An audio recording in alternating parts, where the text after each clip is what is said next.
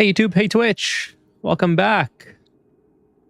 Okay, just taking a quick look at the green screen here. How's it looking tonight? Hopefully it's good. I got some new lighting. I'm still a little bit dark, but hopefully that's a lot better. I can still see the edge. Okay, well, still got some work to do on that, but anyways, welcome. I can probably lower it too a little bit. So I'm not a floating head. That might bring back the glasses artifacting, unfortunately. Maybe I have to... Anyways, it's a work in progress, chat. It's going to be a work in progress. What's going on, everyone? Fitz, welcome. Vitali, won't work. You still have telepathy. Snacks and cold drinks. Got my cold drink here. I got my Eska back.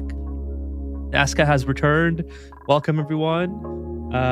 Nice to see you, Fitz. No, I did not... I didn't even get a chance to play Factorio off stream today. So... just been busy. Did the recording for the next video though, so that should be coming out tomorrow, and I just have to edit. But nope, didn't even get a chance to play at all Factorio.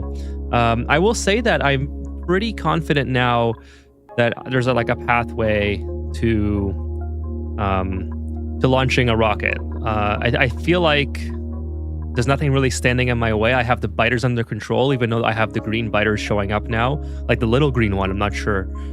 I should post that or something, but maybe I'll let you guys see it. Maybe I'll load it in at the end of the stream and I'll show you what my progress is. What was the last decent movie you saw for Fitz? Let's see. Fitz saw Witch Hatter at Atelier, I think. What's going on, everyone? Hey, what's up, Icarus? Nice to see you return on the Eska. And also, thank you so much, Krenin, for the follow on offline for watching the VODs. So appreciate you watching the VODs and appreciate the follow. All right, so let's get into today's stream. So today, yeah, the green screen is a little bit too pronounced still. Anyways, I'm not gonna dwell on it too much. I just have to keep adjusting it and hoping that it's that I get it at some point. Okay, so this episode, I'm going to continue right where we left off. Probably get this started up, firing up the industrial brick, hopefully. And also, I want to relocate. This has to be relocated for sure. I just got mine. This has to be relocated for sure. This thermal regulator here is producing a lot of heat. It has, I mean, it's kind of trivial amount of heat on this asteroid, but nonetheless, I have to relocate it to a cold area so it's not causing a problem long term. And then I'm going to put a mealwood climate controlled farm here, right next to my kitchen. so I can continue to produce sushi rolls long term. I also noticed that I'm now making way too many kelp holes because most likely, because I have all these domesticated and wild ones in here, so I actually have to kind of, sadly, probably will have to attack them at some point because they will cause these guys to go overcrowding as well. So just something to probably to fix. And then I got my egg set up at 2. If it's below 3, everything should be okay. Maybe I'll start storing nori. Like the thing is, I don't need to store all the nori, and actually the ore hulls eat the nori as well. So I haven't yet automated this area, but it's just kind of like working for now, and it's working okay. But it's something that I have to improve on as time goes on here. I don't want these guys to be overcrowded. I wish there was a notification exclusively for overcrowding. Since we're at the start, let's do some prints. Just really quick here. Okay, so we got the digital cobalt, dreamy retro wall pet. I already have that. Basic tan gloves. Nice, the elegant water cooler. I don't think I have that. And underdog sports gloves. Looks like the ones that Mickey Mouse wears. And the striped high-vis socks. All right, so there we go. So what's going on, everyone? Let's see. CK1, what's going on? I also just started the Aquatic Planet Pack. Well, welcome. Welcome to the party. It's an amazing DLC. I'm very much enjoying it. You know what's kind of weird is that this is... There we go. Let's try to move that. If you have any questions, please let me know in the chat. But also... check out my videos on the Aquatic Planet Pack if you need any sort of quick TLDR guidance on what to start, where to go, stuff like that. It is a really cool DLC, so I'm sure you will enjoy it. But yeah, let me know if you have any questions. I mean, I'll give you a quick TLDR though. Go for beacons and blue corals. Don't worry. I mean, you can run your base off. What's the other fish called? The bloaters. But it's more for food than oxygen. Like the oxygen production is pretty small from it. And I would say that beacons are just so much better that it's almost not worth really spending too much time on the bloaters, to be honest. Anyways, we're gonna make this below 8 because I don't need this many fish in here. So I don't know about modern shows that are really good for me to recommend. The Boys was really good, but I think they lost the plot along the way. You know, that kind of happens with a lot of new shows. Unfortunately, I feel like they try to extend it too far, and then or like they try to go on for too long, and then it never ends up being as good as it once was. You know, I mean, and that's kind of my impression as well. Like, anyways, so it's particularly with shows like Westworld, which I thought was amazing, and then it just went on too long, and they didn't know how to continue the plot in a proper way or whatever. It was kind of disappointing. Okay, so yeah, we're gonna just transfer all this into here. Get the thermo sensor set up. Oh, did I mess this up already? Yeah, I can't put the thermal sensor there, so I gotta put it. I gotta put it off to the side. We're gonna do this, and then we'll deconstruct that. The best material for airlock for heat transfer. What's the best material for airlock for heat transfer? Water cooler lube. Well, so I mean, the ones that you have access to would be ceramic, if you can make that. If you want something more readily available, then definitely igneous rock. Oh, you mean like this airlock door, or do you mean like this, the insulated door? I guess you mean the airlock door, right? Because you specifically said airlock. I was thinking of in my head the insulated door, which is ceramic and igneous rock, or coquina would actually be probably pretty good as well. But if you're using the insulated door, obviously a ceramic as the insulator, and pretty much, I mean, I think that the difference between these is going to be trivial. I suppose you could look at the stats and look at the thermal conductivity of, let's say, like cobalt to gold, but I think because they're metals, they're all going to be so they're so poor. I think most of the insulation will come from the ceramic, to be honest with you. Like these all have very, very high thermal conductivity, so some of them more than others. Like gold might be a lot better, but I don't know how the calculation is performed, right? I don't know too much. That's actually an interesting video idea, like a short that I should do just to see which one the best material is. If that's kind of what you're talking about there. Copper, you mean on copper on the Factorio? I've gotten copper secured, if that's what you're referring to. Oh, are you answering the question about the doors? So sorry, I know I was talking about Factorio, and I was just working on copper the last time I played it. So I'm just all over the place. Okay, let's build conductive wires here. Go like that. Bring one to this guy. Hopefully this doesn't overload the circuit. No, I have 2 more available that I can put on here before it becomes overloaded, I believe. And then we'll tie it in on this side. So let's see. Vitaly says Arcane kind of broke me after watching it once. Couldn't force myself to watch anything below 98 out of 100. So Arcane is a brilliant TV show, I will acknowledge. And this is coming from somebody who doesn't normally like anime. Like, sorry, not like is the wrong word. Who doesn't normally watch anime. Like I guess I would say I would like it if it's the right anime. But I don't. It's not usually not my preferred thing to watch. And I thought Arcane was absolutely incredible. More so the visual and artistic masterpiece that it was, more than the story. Like I enjoyed that aspect a lot more. It was insane. I still watch, even though I'm not like a fan, like I would say a diehard fan of the show itself. I still think the intro is super cool, and I still watch the intro from time to time because I love the song that they used and the visuals. It's just absolutely incredible. Breaking Bad is hey, what's up, Jaws? Breaking Bad is an amazing TV show, and I would say that that's a great example of a TV show that didn't go on too long. Like, you could argue that it went on too long perhaps, but it's not like Walking Dead too long, or it's not like Westworld too long. It's kind of like, okay, it might have went on too long and they maybe had some filler episodes, but at least they kind of wrapped it up when it was starting to get a little bit too far, right? But all in all, Breaking Bad, and especially Better Call Saul, like if you guys have not watched Better Call Saul, wow, it is an amazing extension of the Breaking Bad universe, and would 100% recommend. Silco was always right, by the way. This fits. I don't know what that's in reference to because, like I said, I didn't really watch it for the story as much as just the artistic masterpiece that it was. I know that's kind of lame of me to say, and I acknowledge, but that's more of what I liked about it. I mean, the mechanical airlock, because I cool water and then use a door to fine-tune the cooling of a secondary cooling loop. Okay, so if you mean the mechanized airlock door, then it's probably whichever one has the worst thermal conductivity.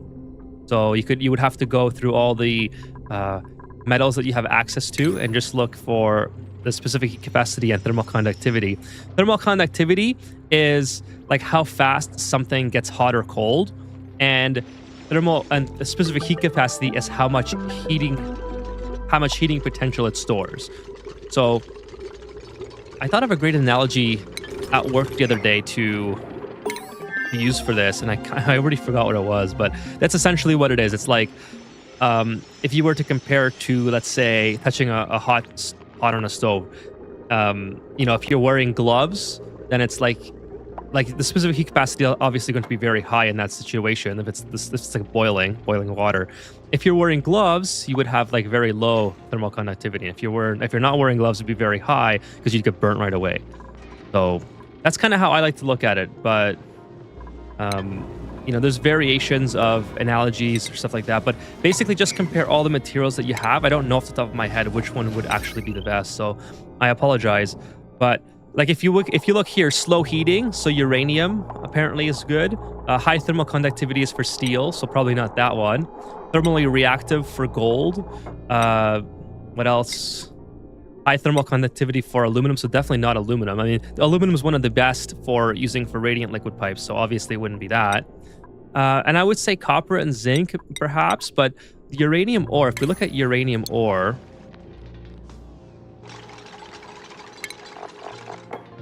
So this has 20 thermal conductivity and 1 specific heat capacity. So perhaps if we compare it to something like steel, just to kind of get a baseline for it.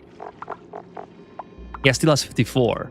So it's way better at being thermally reactive. So I would say that's maybe is what you should do, is just to see which one has, like, compared to stats of what you have access to. But other than that, I'm not sure. Apologize for not being able to provide a straight answer. I'm gonna give myself an Eska sip on chat. So just an FYI, Eska is back if you're just joining me.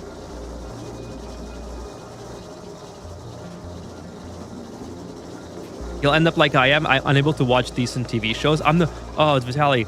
I concur. I'm almost the same way, in the sense that I can no longer watch a decent TV show because I always end up comparing it to a really, really good TV show. And it sucks, but hang on a second. This has to be minus 24. I'm going to say minus 26 because maybe we're going to lose 2 degrees over here. I'm not sure yet, right? So we'll see. And I gotta get, actually, before I did all this, I should have probably put some more hydrogen in it. But essentially, this is going to go around. We're going to go around and round. We're going to cut this. Actually, no, we're going to go in here. I guess I can go here. I don't have to go all the way in here. Cancel this. Trying to just implement this on the fly, so hopefully I did this right. And then obviously we'll take this out. And then now we don't want this food to go bad, so let me immediately get something for it to put some more.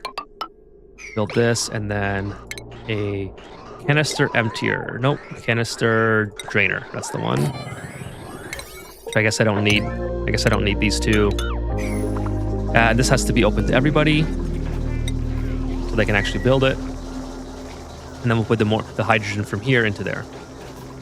Allergic reaction, blah blah blah. These guys are okay, these guys just got cramped, which is kind of what I was worried about. So I'm just going to do a quick attack on all these guys. That should bring my population under control again. Hey, what's up? Okay, Gilher Rodriguez. Hi, dear. I watched your Volcano Tamer video. Thanks, buddy. It helped a lot. You are very welcome, Rodriguez. Thank you for coming by and letting me know. That is amazing of you. I'm glad it was helpful. I try to be as helpful as possible. So, thank you so much. Oh, this is supposed to be above, yeah. So let's put the hydrogen in here.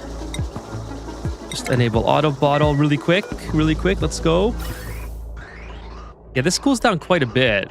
Hey, thank you. Let's hold on a second. I just want to make sure. Thank you for the sip of Eska. 1 second, I'll properly acknowledge you. I just want to make sure this isn't overpressure. I always end up forgetting that this is happening, and then I'm going to block myself from this working. Now, the unfortunate scenario here is that I didn't really prep this properly. I should have started this loop and started the cooling process and then sent it into the freezer, because this might temporarily heat up the freezer more than I want it to heat up. So I got one more square, and that is perfect. So this thing should be running all the time. This is actually not right. I have to go. I have to fix this, because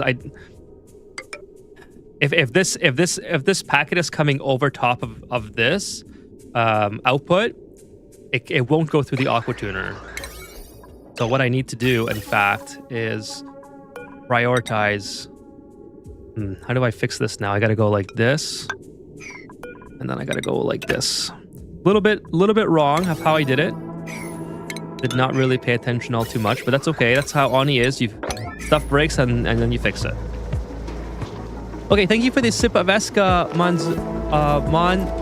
Monsazuth. Oh, sorry, I always messed your name up on the first try, but I thank you so much. How are you doing tonight? Welcome to the stream. Ahmed says, I hope you're having fun. I was wondering how to get the Brush of Fresh Air buff. I couldn't find any info on it. Okay, so great idea. Sorry, great question. I'm actually making a video on it. It should be coming out tomorrow. But the breath of fresh air is done automatically when your beacons have access to a tile where they can actually get the fresh air. So the easiest way to accomplish this without worrying too much about your water level is just to have a ladder shaft like I do, so that the beacons always have a place, like a tile that they can access. See that they just did it right there? So they can always have a tile to access to get fresh air from. Otherwise, you have to keep, see they did it right there again? Otherwise, you have to keep this water level down enough that they can perform this animation. So they're doing it now, see? So just make sure that they have, that you're not blocking the top off. It's as easy as that. It's as easy as that. So this is, and now it's gone to refrigerated, so it's no longer deep frozen on some of the foods. That's okay. I think it'll be quick before it fixes itself. Just have to be a little bit conscious of also not liquefying what's in here. Otherwise, it'll break this whole setup, and then I'll be quite upset at myself. Thanks. What's up? Have you done a beacons video yet? I'm actually doing one right now. It should be out tomorrow. I did the recording today, so I just have to edit. So I have done a beacons video with regards to oxygen production. That's it's in my beginners tips video, but I have to, now I'm doing one on food. I'm doing one on sushi rolls. So that's going to be another beacon video. So basically the same thing, because it's the same setup, but focusing more on the food side of things.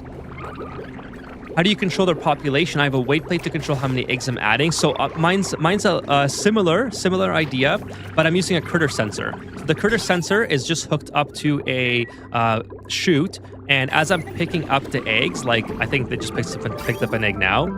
If the critter sensor, let me just pause it here. If the critter sensor is sending a red signal because I already have 3 eggs in this little chute area here, it will just simply close the chute and the egg will bypass it. If I have less than the amount of eggs that I want, which would be, so if it's below 3, it will open the chute and it will drop the egg in this little space without the auto screw being able to get it. That's it. Super easy. I think now that I mentioned that, I should probably evaluate how well I explain it in the video itself, but it's as easy as that. They're very, very simple. It's just like a pet food, basically. Last anime I watched was the one with the city that builds itself constantly. Oh, I don't know. Not sure which one that is. Sphinx says, I just got here. That's the neat thing. That says Fitz, you don't. Come on now. It's easy enough. I don't want to leave the Steam to check, but I love how you have done an automation-specific tutorial video. Yeah. Well, thank you, Jaws. Yeah, so it is... it's not... So I will say that the video that I did on the beacons already is a little bit long-winded to just explain that portion of it. So I should probably do like more shorts to have a variety. Like these things should be just easily searchable, I feel like. And a lot of there's so many tips in Ani that it kind of like everything kind of ends up being in one video, one big video, and then the users have to like sift through it to try to find that information, which isn't always ideal, obviously. So that's one thing that I want to improve on the channel in the future. It's just really a time constraint. I mean, shorts are pretty easy, but it's just really a time constraint. Why don't you just bridge the... Yeah, that's exactly, you're right, Fitz. That's all I have to do is just bridge it into the loop. But since you mentioned it, I can now... Oh, I just bricked it. I always do that. Okay, let's just open it up a little bit. I had 1 empty space. I should have had 2 empty spaces. But yeah, this is you want to make the priority the output of the thermoregulator. Otherwise, if you did what I just did in the previous example here, if everything is bypassed, if there's something that bypasses the regulator, and there ends up being it ends up going over this outlet, it will stop the regulator from working, and then even if a packet is supposed to be cooled, it will just bypass the outlet, and then you'll get like this infinite loop of it not working correctly. So that's basically how you fix that. But so everything should be okay now. Still haven't seen Foamy for some time. I think Foamy's still active in the Discord. Foamy's just probably busy with some other stuff. It's usually how it goes. You know, people get busy and then and then they aren't able to come to the stream for a minute. But that's okay. I mean, that's life though, right? Maybe you might enjoy something for a little bit, and then it's time to move on. Or especially, well, I also play the same game over, like the same 2 games over and over, right? So if people start to get bored of Ani, or they particularly watch me for Ani and then they start to get bored of it, I mean, it's just how it works. Sometimes people just move on. Some people come by for the streamer's personality, which is also pretty cool. I mean, I really appreciate, obviously, everyone who comes to hang out, and some people like to have me on in the background while they play their game, which is really cool. I really appreciate that, obviously. But, you know, just the way life is. Nothing lasts forever, so if he's busy doing other stuff, that's cool, and he's welcome back at any time. Like there's other people here that have been around for a very long time on my streams, who sort of come and go, just stop in and say hi every now and then, or they might come by for a couple streams and then you know, take a couple weeks off, and then I see them again. It's really fun actually seeing people come back like that. You are welcome, Ahmed.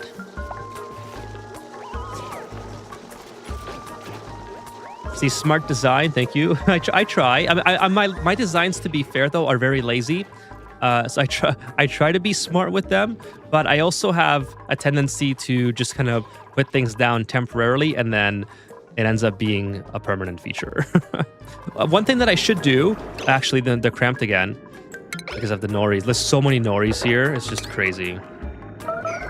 So, or it's kelpals, I think. One thing that I should do, which obviously I should have done a while ago, is put a critter condo in here. Now the critter condo, it might be a little bit awkward to build because it's going to ruin the aesthetic of this this design. And actually, it might not work out totally well because I have to put it on top of this. I'm not sure if I'm going to enjoy that, but nonetheless, I'm going to start moving the lime over to this side, and then put the priority of the lime lower here. And the aquatuner, sorry, the auto super will take care of that for me. Happy Sunday, Dan! Welcome to the stream.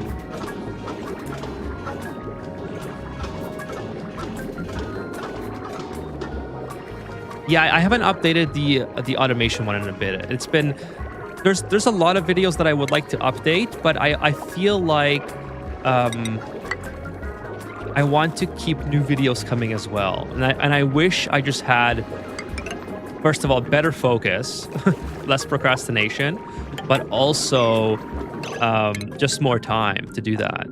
And will this fit in here? Yes, this will. So we're gonna put the critter condo in here like that. I might just go straight up, and yeah, I might.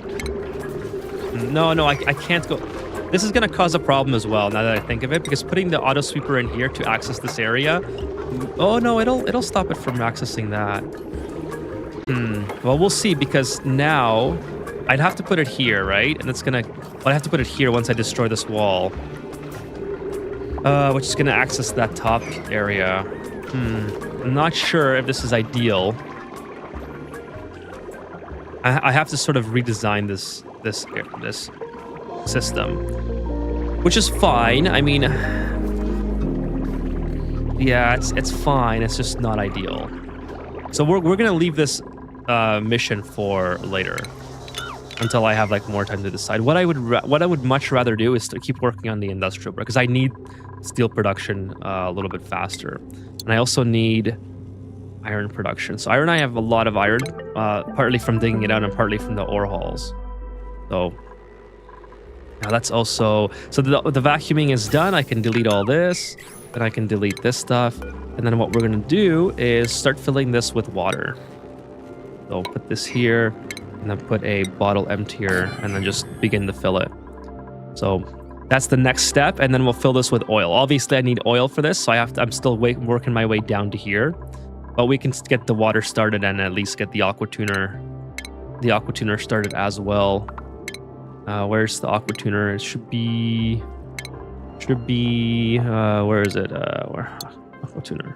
There it is. Oh, I don't have enough steel for that. Bummer. Okay, so let's make some more steel in the old system here. What am I waiting on? Iron. Okay, so I have to make iron first, and then we'll make some steel. Temporarily, yeah. Temporarily, that's the worst. Hey, thank you so much again for the sip of Esca. Appreciate it.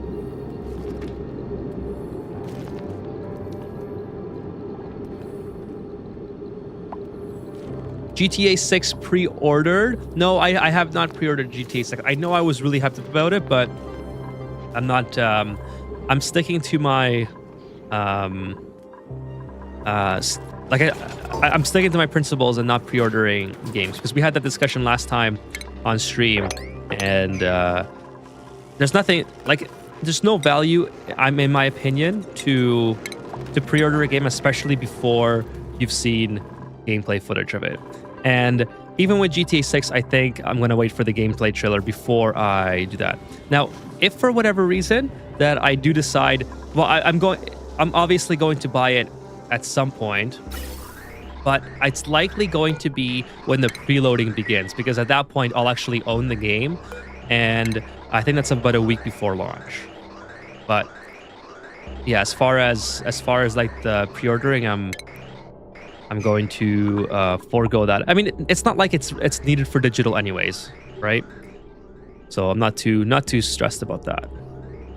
Happy Sunday, Dan, by the way. Welcome. I think I said hi to you already, but just wanted to acknowledge happy Sunday. How are you doing?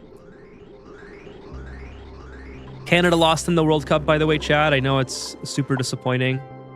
I'm disappointed. You're disappointed. We're all disappointed. But we'll get them next time in 4 years from now. Okay, so everything's going good here. It's back to deep frozen. So now I'm officially cheering for, well, I don't really have a team to cheer for at this point, but I feel like a lot of my coworkers and friends either like Portugal or Argentina. So I'll cheer for either of those teams. France is pretty cool too. I kind of like Mbappe. Seems like a pretty cool dude. So get exosuit training for pay. Who else? Let's see. We got Marie. Oh, I had to rename Marie. Somebody gave. Sorry, I didn't mean to do that mouth sound. Somebody gave Marie a. Let's see. It's called a pit slave because she's a digger. I think it was. But I changed it for the video. I changed it back for the video. Charlie, what's going on? Nice to see you. I'm sort of in the mood for survival game. Hey, what's up, Potad? Nice to see you as well. Survival. What type of survival game are you thinking of? Like, is it? There's a Steam sale still on, right? So I'm sure there's a lot of games on sale that would be satisfying in that regard.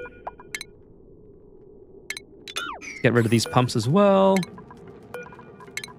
Get rid of this thing and get rid of that. How's everyone doing tonight? Happy Sunday. Welcome to the stream. Nice to have everyone here. Are the shower... Hey, Lorenzo says, are the showers in the same loop as the lavatory? Yes. Yes, they are. Oops, wrong one. Everything's in the same loop. 3-0, yeah. Someone's been about to drown in Exca this evening. Yeah, Monsazu has been doing a lot of redemptions. He's done all the redemptions. He or she. I actually don't know if you're he or she, but apologize. You've done all the redemptions so far. So I did one myself and then two. I apologize if I don't know that based off your name. I'm not familiar. So if you'd like to let me know, I'd be happy to be informed. Okay, I think the plastic is pretty valuable. I kind of, yeah, it's not bad to have, especially at this point in the game before I have plastic production. Canada had no chance, I told you. Well, okay, they were doing fine. They were doing fine until I started watching. So I was actually driving somewhere, and I stopped at an ice cream bar, and I started to watch them, and that's when they got scored on. So as always, I'm just bad luck. I should have never started watching. I did appreciate the second round of shoutout. Just good that I got home from 4th of July.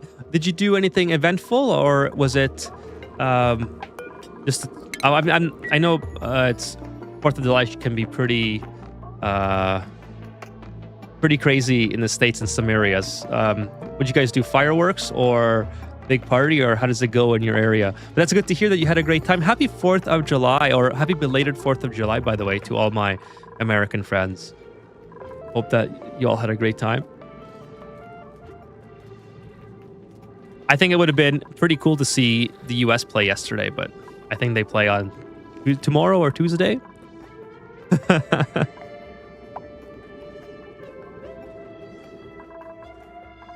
Full support for any team against the US, says Charlie. How is the US doing? Well, they haven't played their next match. So they were in the same round as Canada. So I think it's the round of 16, I believe it's called. So they're playing their qualifying match to get into the round of 8 tomorrow or Tuesday, I think. So somewhere thereabouts. Okay, I gotta keep going down to get oil. I forgot about. I cannot forget this mission. So I've already got down to here. Let's see how we're doing. Okay, carbon dioxide is filling up. That's fine. How's the heat? I don't really care about the heat, but just wanted to check. Let's bust through here. Hopefully we don't get attacked. They are protecting, so we might get attacked. That's kind of unfortunate. Perhaps it would be a smart idea to move this egg out of the way. Maybe up to here. Now, also, I have to build some ladders because I don't want to get stuck, so let's build the ladders. Igneous rock. Is that the best thing that we have? I guess igneous rock is fine. Not my preferred method, but we're going to try to get into here and get some of these oils. No research selected in the supercomputer. I didn't even know I had research selected. Let's go for demulsifier. Also, by the way, another cool thing to work on probably. Oh, this is starting to overfill. Yeah, I forgot to rebuild this. That's okay, actually. I don't mind this kind of mixing in. It's both very cold liquids, and one of them will always float on top of the other, so it's not the worst thing in the world. Yeah, it's not the end of the world. It's separated by abyssalite as well. So my only concern is that it might. Yeah, let's just open that up and have it fill up this. Okay, I also want to open this so I can get telescopes up and running. So let's start doing that. Luckily, this is all cold, so I don't have to worry about anything heating up or any adverse effects. And I'll kind of dig out here, like this area, so when the meteors hit and they're only going to destroy the telescope, but they won't destroy everything else that's important. We'll have to worry about a little bit of radiation, obviously. Actually, we'll just go up like this somewhere. It'll be somewhere here, but something like that, and then we'll build it in this area. Fireworks rained out, grilled with family, so it was a fun, chill time. Isn't today Canada Day? Actually, Friday was Canada. Oh, sorry, Wednesday was Canada Day. Canada Day is July 1st, so we have a couple days ahead. We're a couple days ahead of you guys. Uncritical support for Morocco. Can we blame Ethan for the Canada loss? I think you should. I mean, honestly, I felt really bad because as soon as I start watching games, it's when things usually go bad. Fertilization, huh? Interesting. I don't know why I don't have lime. I should have lime. Yeah, I have 14 tons of lime. I guess it's because I don't have it in here, so gotta get more lime in there. Sorry if you answered my question, says Finks. How do you control the beacon population? Okay, so yes, I did answer, but you might have missed it. With a critter sensor that's attached to the conveyor chute. So basically, this conveyor chute sends a green signal if the population is below 3. And once it is, but remember, you have to take into, this is actually, I didn't mention this part in the previous time I explained it, but you have to consider that the beacons count. The beacon eggs count as population or to the count as they're going through the conveyor rail. So you can't have the conveyor rail go through a wall while you are approaching the conveyor chute. So it's going to, as soon as the beacons lay an egg, it's going to show 3, even when it's traveling in the rail. So it's going to close the gate. So basically, you have to go one above to how many eggs you want to sustain. I want 2 eggs in here at all times. So you said 3. If it's sending a green signal, because if it's at, let's say the count is at 1, it will still send the green signal when it's at 2 and traveling through the rail. It will keep the chute open and drop the egg. the consequence of that is it will also drop any other materials it might pick up in here at the same time. So whatever, it's a little bit of annoyance, not too big of a deal. You can fix that. I've done it in my last playthrough with a gate here, but in this time I just tried to make it as easy as possible. So yeah, TLDR, curve sensor connected to a chute, green signal when it's below the count that you are expecting, and don't run your conveyor rail through walls until you get to the conveyor chute, and after that you can go inside the wall.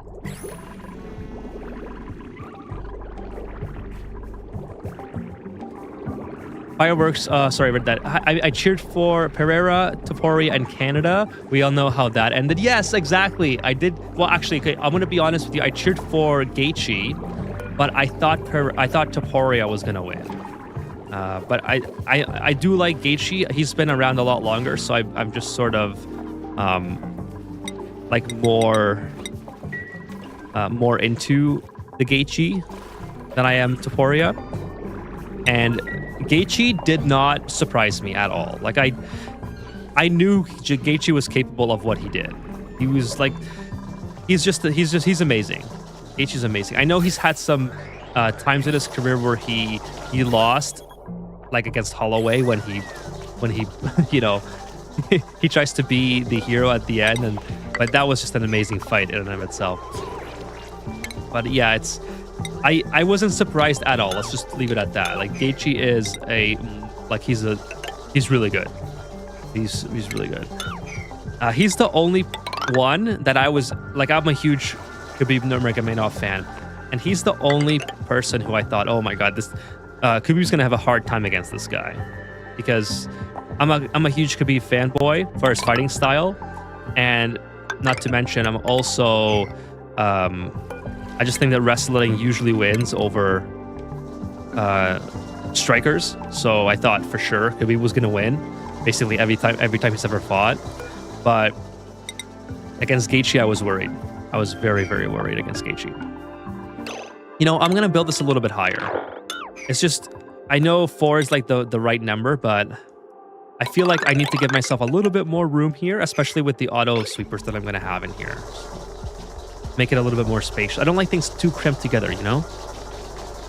And Pereira against Ciryl Gane, I mean, that could have gone either way. I was cheering for Pereira because I'm not... Oh, by the way, thank you again for the Silveska. Appreciate it. I was cheering for Pereira mostly because I'm not a fan of the heavyweight division in general. I think it got stalled out so much by issues in that division. That's a whole other discussion, but I think it got stalled out so much that I'm just not really much of a fan of it, and I'd much rather watch light heavyweight or middleweight or welterweight. So I was a fan of Pereira more than Ciryl Gane just based on that. So that's who I was cheering for there. But that really, to me, it could have gone either way. I was also cheering for Michael Chandler for what it's worth. I knew he was going to lose, but I was just cheering for him because he is usually exciting to watch. But he went out very unceremoniously in his fight. He was just not like he's now unranked. So that tells you all you need to know. Time to retire. Also, McGregor comes back. I think. Yeah, is McGregor this weekend? I think McGregor is this weekend. So Sphinx says, how do you control the number of eggs? Because if the population drops, it will just keep adding eggs. So it won't just keep adding eggs. I think I already covered this, but just in case, I know your message was from a while ago, so I'm just kind of getting caught up now. Just in case that was in a reaction to my second explanation. So it will keep dropping eggs as long as you... If for instance this conveyor rail keeps going through the wall, it will reset the count, and it might not trigger this to close or open when you want it to. Just make sure it's on the outside of any sort of walls, and also make sure that the auto sweeper can't pick the egg back up. That's the whole point of this little L shape here, is so the eggs drop in here and they hatch, they can't get picked back up, and it goes it doesn't keep going around in a circle. So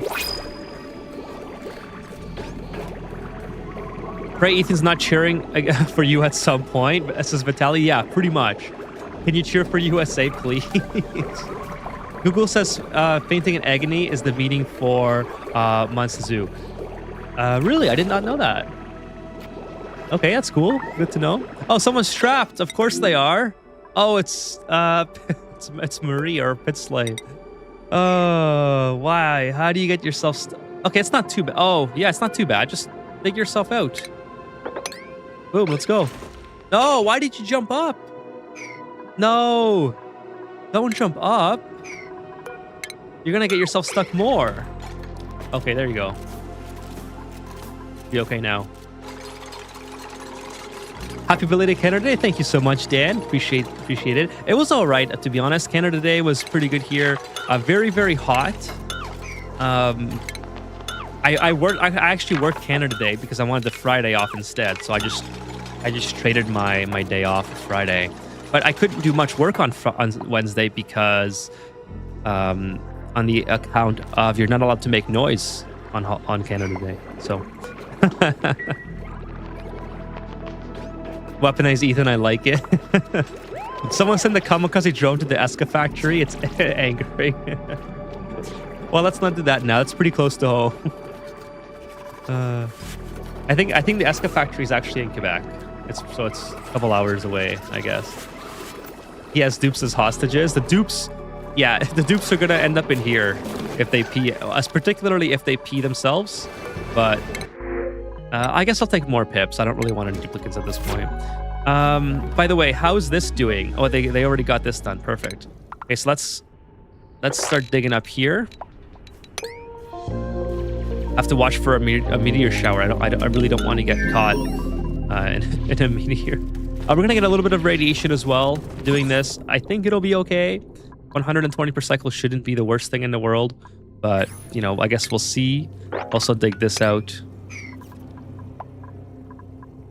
The mysterious ways Ethan's cursing Dutch can be cannot be controlled.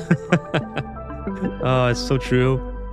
Hey, what's up, elusive ocelot? Nice to see you. How are you doing? Appreciate you stopping by.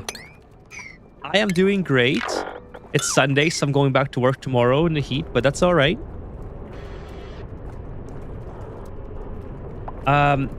Sphinx says, I'm using a white plate and a door to block the auto sweeper until the right amount of eggs are added. Probably over-engineered. I wouldn't say it's over-engineered. I think you're doing it just a different way than I am, right? It's there's so many different ways to do things correctly in Ani.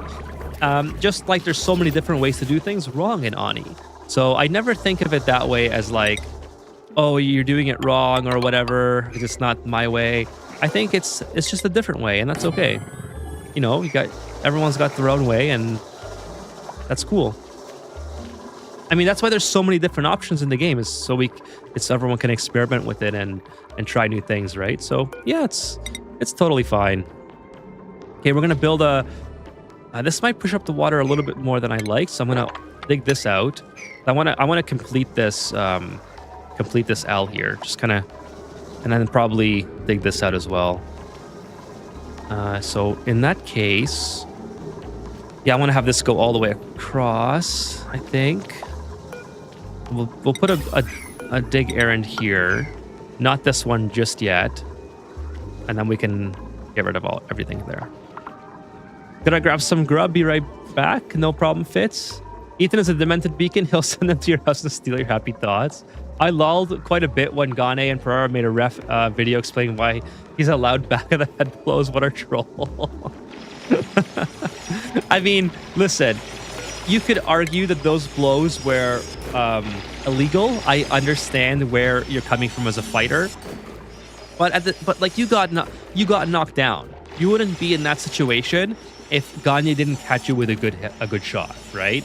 So ultimately, like, is it the ref's job to protect you? Yes, 100% agree.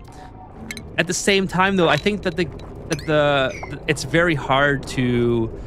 I mean, this is their job, so I'm not trying to make an excuse for them, but it's also at the same time sort of hard to be like, okay, I got to stop the fight as Gagne is about to win because I feel like these blows were bad. It's like, okay, well, it's a tough thing to do real time when, you know, you got one guy whose adrenaline is going, and, you know, Gagne's had issues before with that kind of stuff, but I think most fighters have.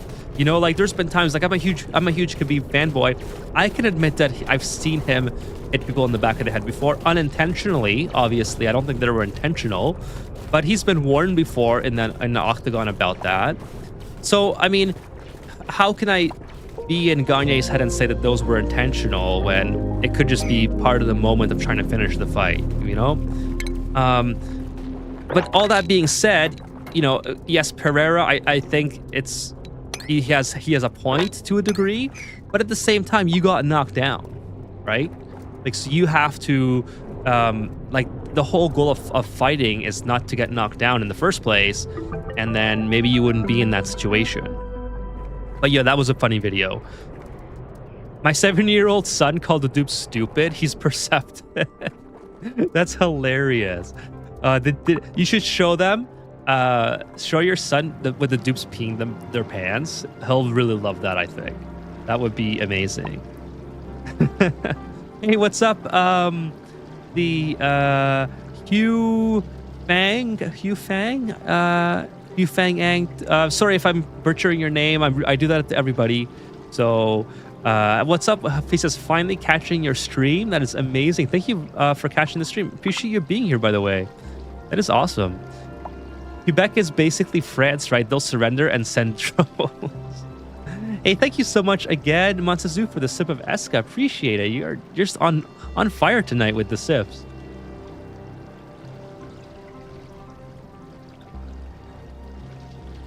Is it Huey? Is it Hugh Fang? Hugh Fang? Please let me know if I'm saying it wrong. I love to be corrected when I say something wrong. So you never chat. Just so you know, never hesitate to tell me that I'm saying a name wrong. If I really butcher your name, all right? It's totally acceptable to just be like, listen, Ethan, I don't know what you're trying to say there, but it's not right. So here's how you say my name, and I'll just be like, all right, cool. I acknowledge that I messed that up. I'm gonna try my best to say it correctly. So, the Pokeshell Pit of Death. I can't remember an Oni streamer because I don't know enough about. I can't be an Oni streamer because I don't know enough about MMA, says Jaws. Well, I don't know how the two correlate, Jaws, but I think you would make a good Oni streamer. I'm not gonna lie.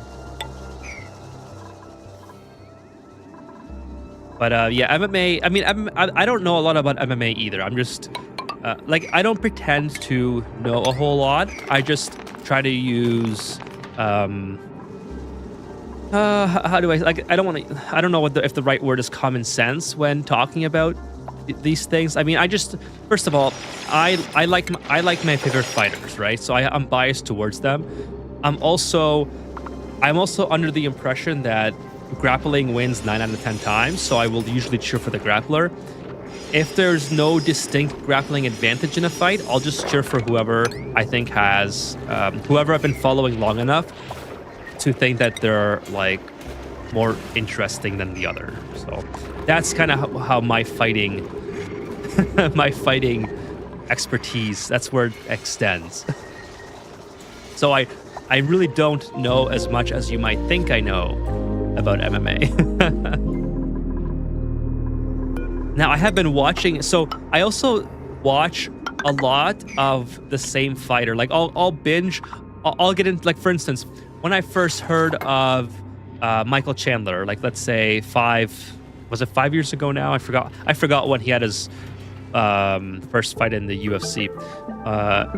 I watched all of his Bellator fights, and then I'll just like binge that fighter, and then I'll stop watching for a little bit. Like, I don't watch all of the fight nights. I don't have time for that. I also don't pay for all that. So it's, you know, I only know the big names. If you told me there's someone on the main card on the McGregor fight, but they fight third, I'd be like, I probably don't know who that is. Hey, what's up, Kevin? A bit late to the party. Did the Eska strike end? Yes, it did, Kevin. Eska's back. Did he get the sponsorship? No sponsorship, unfortunately, Kevin. But the Eska strike is over. I couldn't not withhold anymore. Eska's just too. You know what? I'm so glad I got the Eska back, to be honest. I need one more unit of steel. Really? I'm so glad I got the Eska back, though, because I've been missing it. I don't like drinking fruity or flavored drinks in general. I love water, but I also love not having like sugar and not having to feel like I have to brush my teeth after, which is, I guess that's a me problem. I just, every time I eat, I have to, like, I get this feeling like I have to brush my teeth. And it's a similar sensation with like when I drink something that's like the Orangina that I was drinking last stream, for instance. Hey, what's up, Yanma? What's going on? Insert rant about YouTube never notifying you about streams here. Do you have the notification icon clicked, Yanma? I know I forgot to post it in the Discord tonight. I should automate that, but let's see. These guys are protecting. I should automate that, but I don't want to spam the chat. I mean, I guess I'm just overthinking it. I just thought maybe it's better to not spam every time I go live. And let's say if I do like an accidental live stream, which I've done before, by the way, I don't want to have it go live, right? But anyways, I did forget to post it tonight on the Discord, if that's the thing. But just make sure you have the notification bell hit if and set it to all if you're missing streams and you don't expect and you're expecting YouTube to send it. Which way? How do I want to get in here? I want to get to this crude oil, but without mixing the water. And I think I have no choice. I think I have to, unless I use like a liquid lock method, which is actually not too big of a deal. I could use a liquid lock to get in there, but I feel like instead of having something that is kind of fragile and I have to sort of watch, I almost feel like it'd be easier just to push this water out of the way. It's really not that much water. And then just to make a shaft going straight to the oil. I think that's what I'm going to do. That sounds, honestly, that sounds super easy, in my opinion. So let's put this up here. And then we'll just build literally 3 walls over. And then I'll just make a shaft going straight down. And I don't have to worry about any liquid lock. It just comes straight into here.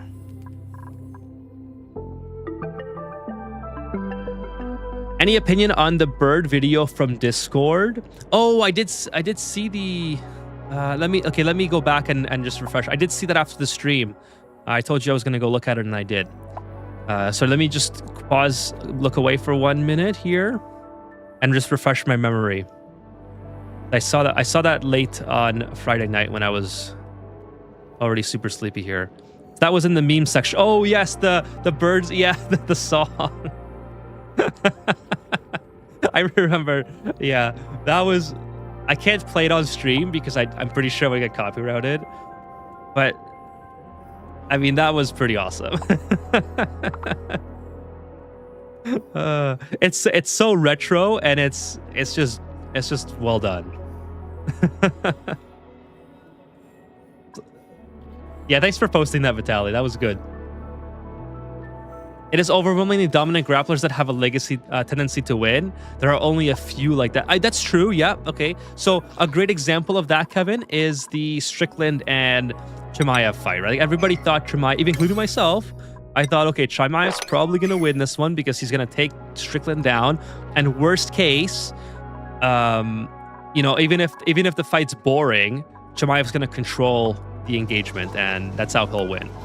And to my surprise, and I'm pretty sure to many other people's surprise, that is exactly not what happened. Strickland, being the Strickland that he is, you know, the same way that he beat Izzy, stuck to his game plan, defended what he needed to defend, and you know, he won in his own boring. Like his fighting style is actually not very boring if you enjoy boxing. I mean, I know it can be boring in terms of he isn't sort of like as reckless as you would expect someone like him to be, especially the way he talks, you know. But yeah, I thought it was a great fight, and I totally did not expect Strickland to be such a decisive winner in that. Like what am I wasting here? Oh, sand. I'm pretty sure I have lots of sand. But that is true, Kevin. It's not all grapplers are guaranteed to win, but the ones that I follow, which is usually the top ones, I would say it's more okay, this is almost good to go. They're almost more likely to do so because like I said, I usually only watch the top guys on a card. I don't usually follow every single player, or at least every single fighter. Sugar soda makes you feel so bloated. That's true. Yeah, and as much as I like a good Coke Zero, usually it's only after I eat something greasy like pizza. Otherwise, I'm not really too much of a Coke fan. I mean, someone who knows me in real life might debate that, but honestly, like it's just so it makes your teeth feel weird. I don't know. I've always liked Coke just because it's something to drink that is not water, but as I've gotten older, I've preferred water a lot, and I just like fizzy water. So that's kind of the trade-off that I make. Okay, let's go in this way, and then we'll start the shaft coming down because I have to get rid of this water as well. So the shaft will be somewhere here because I have to go around the neutronomium. So one more, one more, and then we have some coal here too. That's cool. The bell never worked for me, says Fitz. Really? Are your YouTube notifications enabled on your phone? Because I know, nice, we have Devin working now. I know that by the way, now we have data banks coming. Let's go and get this one, solid management. That's the most important one for me. And we're starting to reveal the star map, so that's really good too.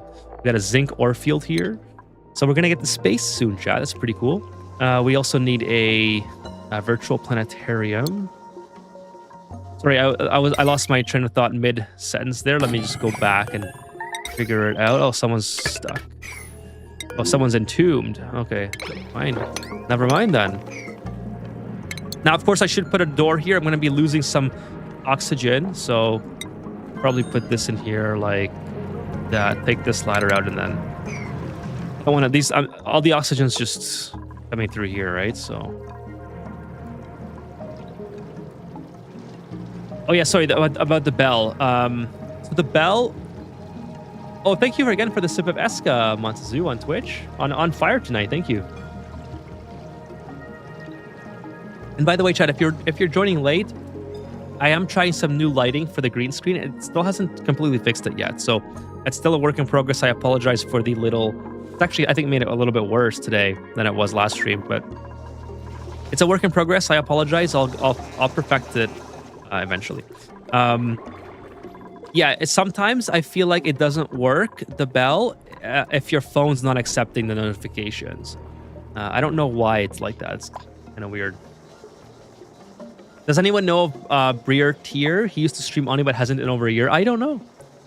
There's a lot of people that stream Oni, or that play Oni. I've actually...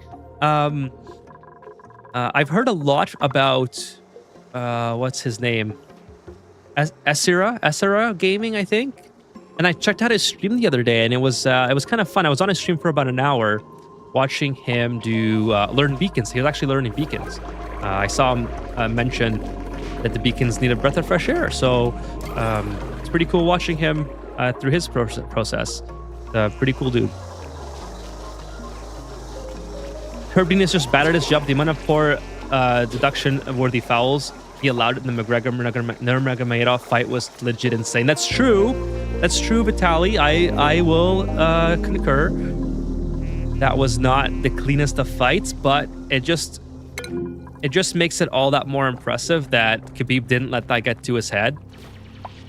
And he didn't let the whole McGregor situation really get to his head in the grand scheme of things either.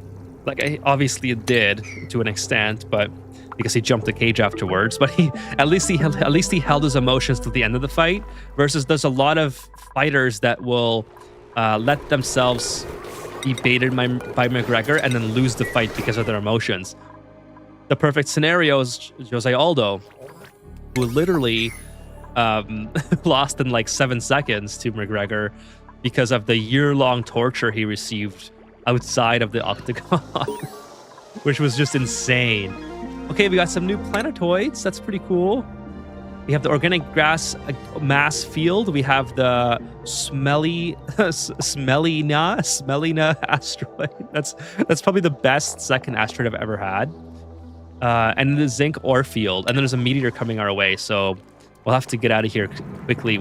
Actually, what I should do is maybe a mechanized airlock connected to a telescope. So when the meteor's coming, it just prevents duplicants from coming up here. But I'll just have to try to hope that duplicants don't come up here during meteor showers, because this is inevitably this is going to get hit and destroyed. I'm prepared for that, but I need this research done. It's been so long since it was just sitting there. And by the way, I should do that method that people have said. I think Kevin was the first to mention it for me, where you request data banks in a storage bin. Make sure that they don't get lost. Air block says think. I could do an air block. Yeah, that's kind of what I was thinking, but I like the ladder shaft a lot more. It's just way more down my alley, except when it takes forever to build. Well, I guess I don't have to build it out of coquina. Could have built it out of sandstone, or igneous rock rather. I like the ladder shaft idea a lot more, because then I can do a fire loop and just head straight in. Sorry, a fire pole. It's also less. I always worry that the airlock's going to bust on me. I feel like I've broken it enough times on my own before that that I just don't mess with it too much. All right, so we got everything. We finally got conveyor sorting, so we can work on that at some point. We'll get request data banks here. I'll put it on 9 priority. I don't trust those squids. Me either. And that's another reason too. I don't want them going through the squids. I can just have them going around. I feel a lot better about them. The squids almost killed Marie, in fact, a couple streams ago. So they're not to be trusted. That's for sure. Anyways, let's just get this on high priority and get it going. Did you guys get Mechalanthropia or whatever it's called? I don't even know what that is. Mechalanthropia? What is that? Is that a achievement, or what is that? Vitalis says, after watching the bird vid, I went to YouTube to learn dance moves. I'm a blue bird now. That bird was honestly amazing. I love the internet. That's why I love the internet. There's so many fun things. By the way, Montezu, did I miss the Esca sip 4 minutes ago, or did I get it? I'm pretty sure I got it, but just in case I missed it, I'm going to take another one for you. I know sometimes I can get a little bit carried away, and I don't look at my iPad, and then I'll be like, oh shit, somebody did something. And yeah, so I apologize if I missed it, but I took another one just in case anyways. I have a really old iPad that I use for my Twitch dashboard, and it doesn't have, it's like not the full updated Twitch dashboard experience. So it's kind of funny because I need to it's kind of funny because I need to I'm missing a lot of features, like how to block ads and stuff when I'm talking about something I don't want ads to show. I don't have any of that. So I don't think I'll be buying another iPad for a minute, though, with how bad pricing is at the moment. Okay, so let's start digging on this too. We'll push everything over here. Dig this. Yeah, we could use igneous rock. It's a lot better. We have it right beside our area here, so just make a shaft going down there and finish that. And by the way, siltstone is not what I should be using here. Probably also igneous rock or abyssalite. Something that's nearby. Obsidian. Obsidian is fine. Hey, what's up, Lily? We got a cat here, chat. What's up? Come here. Come here. All right, come here. Jump up. So Lily's asking for attention. So I know I'm a little bit behind on the chat, but let me see if I can get her up. Come here. She's hovering around. She's buzzing around. Come here.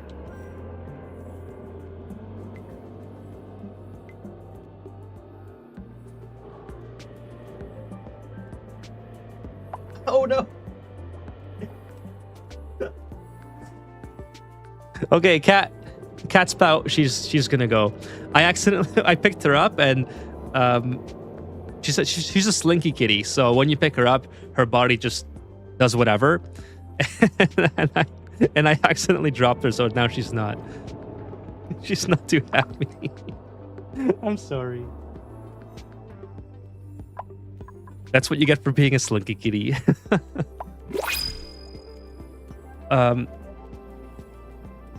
I feel like I said something on stream Ethan was supposed to go back and look at. I remember, what was it? Yes, I didn't remember, Kevin. It was, I think I read it. It was the grapplers. Did I talk about the, yeah, I talked about the grapplers, yeah. Was it that one, Kevin, or was it something else? Are you winning, son? Hey, what's up, Stringer? I think I am winning. I think I am winning. How are you doing, Stringer? Butthole in the mirror? I don't think I should. No cat butthole today. I watched some people playing Subnautica while having thalassophia. Is that fear of water, maybe? YouTube notification is just weird. Like, it only says notifications if it feels like it. Missed a bunch from channels you have turned on. It says notifications from channels you did not turn back on. I have notifications for some channels, and it usually doesn't fail. But I think maybe part of the reason is if you have maybe too much, it's perhaps something to do with the server side mechanism of sending it to your phone. Although obviously I can't confirm that for real. I don't know, like, I don't have any real knowledge of how that stuff works. I just feel like sometimes maybe the servers get overwhelmed if you have too many. I don't know, like, whenever I keep my notifications levels low, it seems to always work. So right now I have notifications for, I think I talked about them last stream too, like a person called Hugh Abroad, who's in Bangladesh right now doing travel videos. Those are a lot of fun. And then also Epic History, who I haven't watched their video in a minute. I have to get caught up. And a couple other people that I... Oh, no. Let's not do that yet. I got a little bit carried away there while talking.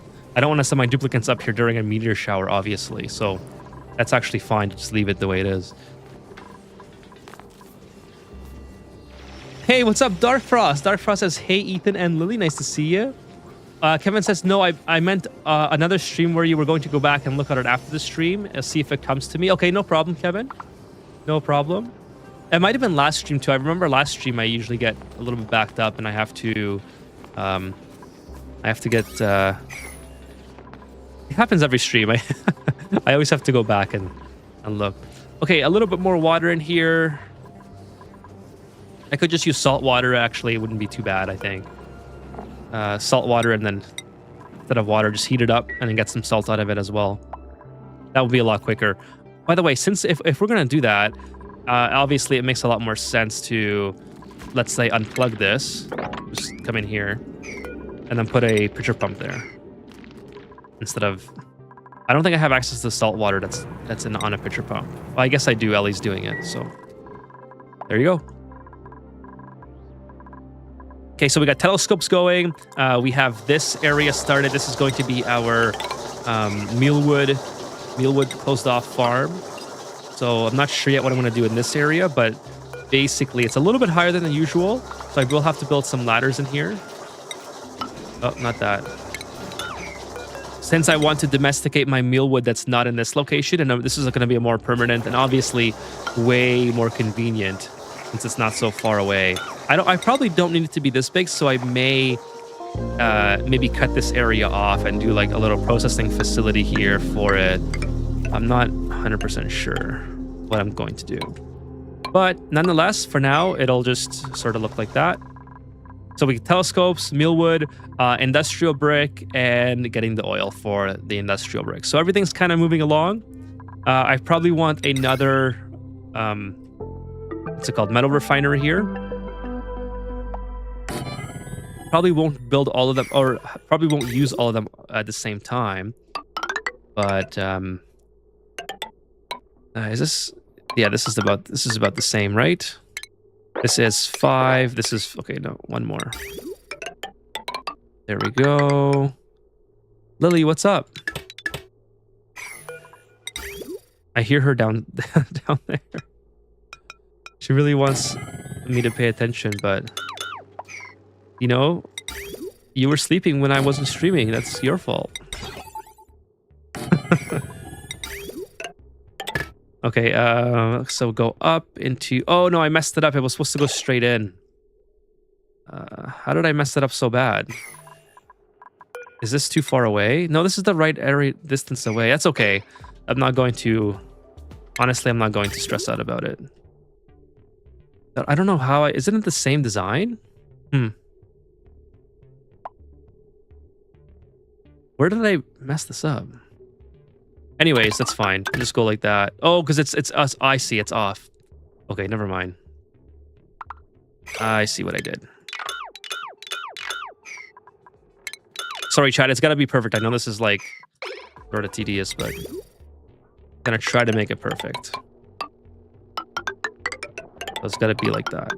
No, don't build that. I don't need that. This is now 5 and 5. Okay, cool. In 1 second, I'll see what you guys are saying in just a minute. And this goes here. That's going to get messed up. So this has to be cut. Put this like that. Take this and put it here. And then take that and put it there. Okay, perfect. And now this goes right underneath. Just like that. Much better. Okay. Oh, no. It's an auto-scrolling glitch again. Very annoying. Gonna save. There we go. Okay, sorry about that, chat. Let me get caught up here. Another fantastic day for video games. It is indeed, Stringer. Welcome to the stream. I'm glad you could join me, Stringer. So, at the end of this stream, I made... Oh, thank you for the sip of Eska. Appreciate that. At the end of tonight's stream, I was thinking about showing chat my progress in Factorio. So if you're going to stick around, if not, that's okay. But if you wanted to stick around for the end, I was just going to load it up real quick and show you guys where I'm at.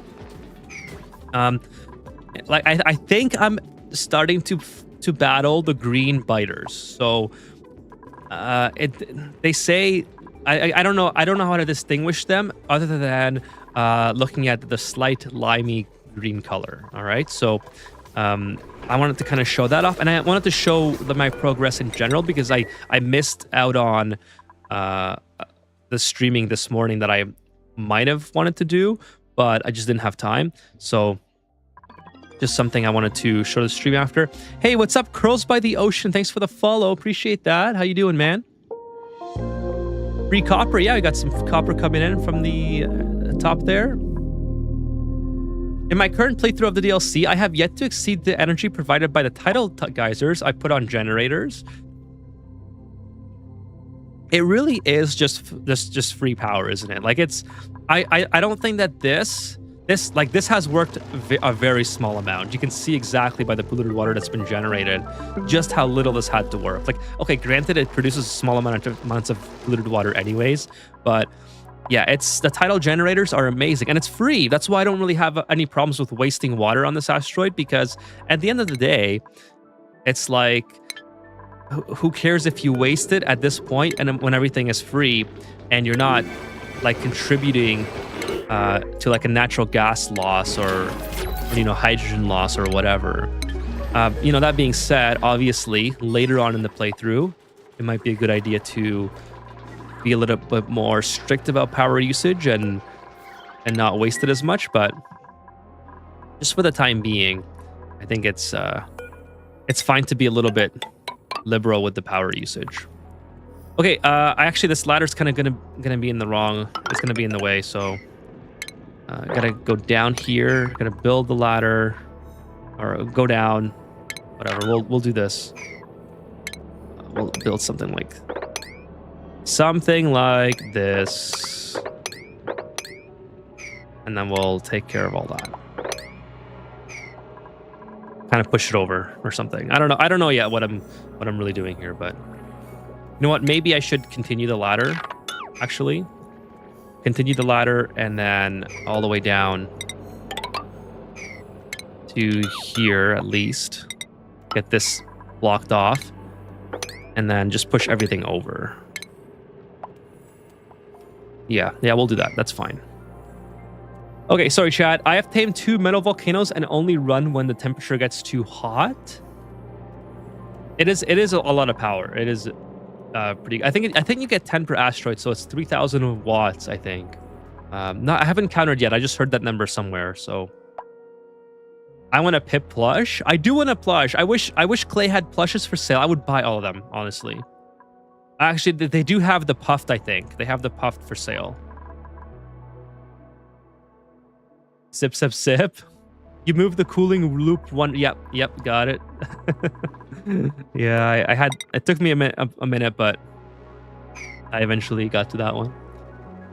Thank God he remade it. It would eat me alive. Blueprints expanded is working again. You could just snapshot. Okay, thank you, Kevin. I will have to install that. I wish True Tiles was working. OCD gang rise up. Hell yeah. Yeah, OCD gang for sure. You gotta... Honestly, like...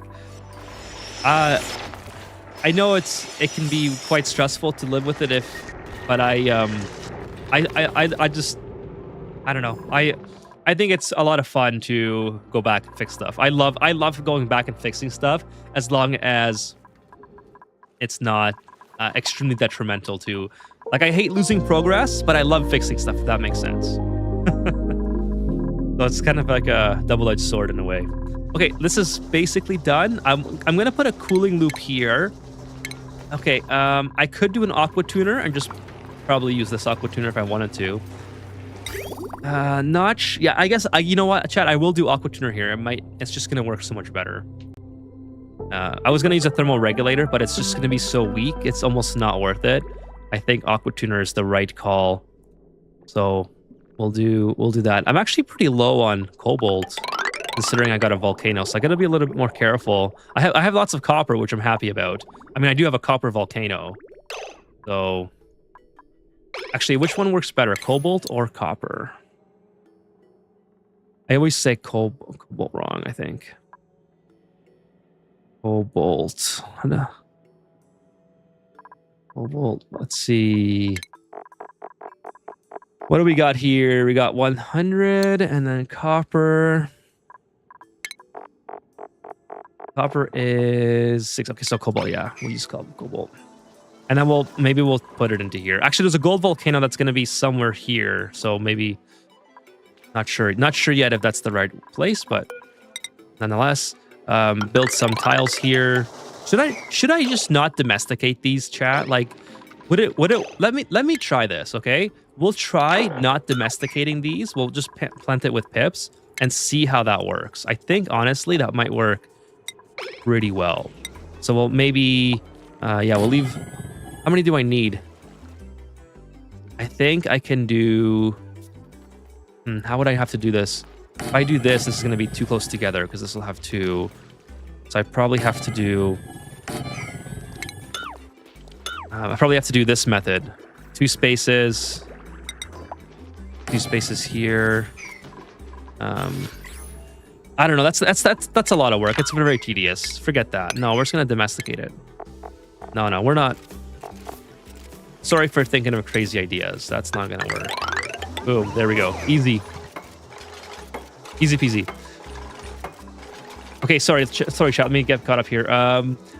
Curls by the Ocean says, I've been watching the YouTube vids for the past few days. I'm so excited I'm finally catching a stream. Thank you so much, Curls by the Ocean, for stopping by. Sorry, I know that I'm a little bit behind on the chat here. I don't run into a delay, but I do get backed up quite a bit. So I apologize for being a little bit behind on replying to your message, but thank you for being here. I really appreciate it. I hope that you're enjoying the stream. And yeah, it's awesome having you. Love the Factorio, here for that. Green equals behemoth. There's small, medium, and big. Okay, so I think it's green, but truth be told, I haven't been paying attention to the color variations too much. So I know I've seen, like, I'll show you and you guys can tell me, but I'm pretty sure it's the behemoth. It's a small behemoth. Hey, what's up, Keen? Hello, Ethan and chat. How's the playthrough, by the way? Playthrough's going well. Thank you for joining tonight. Still working on the industrial brick. We're also going down to get oil, so we're pretty close to that as well. It's coming along. I also moved the I also moved the thermal regulator up here, so it's no longer. Actually, I forgot to put water on top of here. This is gonna quickly overheat if I don't block it with a little bit of liquid. I think ethanol would certainly do the trick here. Let's put that in. So yeah, playthrough is going well. Thank you so much for joining. So a couple of things that I've done so far, just to give you a quick recap. Still working on, this is all completely vacuumed out now, just filling this up with some salt water. I need some oil to run these metal refineries, but I'm going to get oil right now. I should get to that at the end by the end of the stream for sure. I got data bank research up and going, so I got the virtual planetarium and building a mealwood farm that is going to be climate controlled rather than having this temporary setup here, which has been working fine, to be honest, and I think it will for a long time. Like, this is the perfect temperature, but I don't want to have to deal with it in a hurry when things start to go bad. I'd rather just have this prepped, and yeah, that's why I'm not too much. That's why I'm not too in a big of a hurry to build this, and that's why I'm not too stressed about all that stuff. It's going to be a big difficulty spike. Biter HP is 3. Oh, it was in the 300s. It was in the 300s, so I'm pretty sure it might be the big one.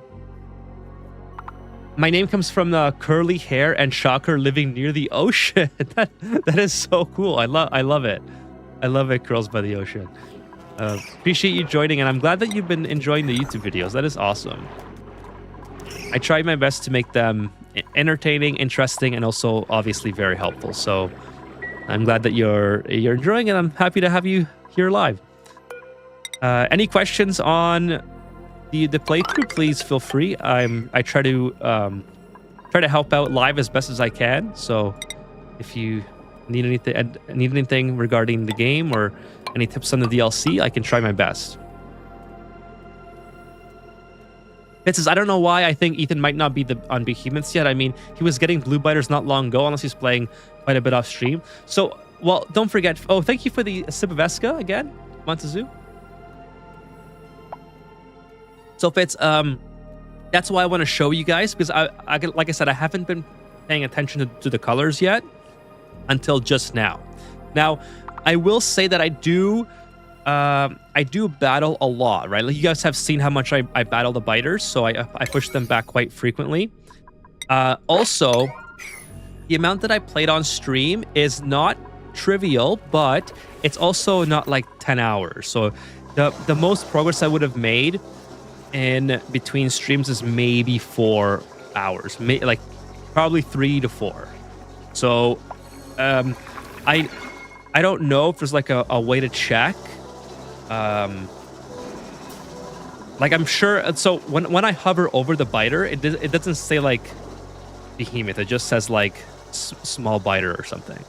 So I don't know like what I'm supposed to be looking for other than the color, and it definitely looks green to me. So anyways, you'll see. You'll be able to see. I mean, if I am on the green ones, they've only gotten to the small variant yet. It hasn't gotten any bigger than that. But I'll show you guys at the end. I'm actually pretty excited to show you my progress thus far. So we'll get to that soon enough here. I don't know if I want to continue. I kind of want to drop this down one, actually. Kind of disappointed at how this turned out. I would much rather have this like this.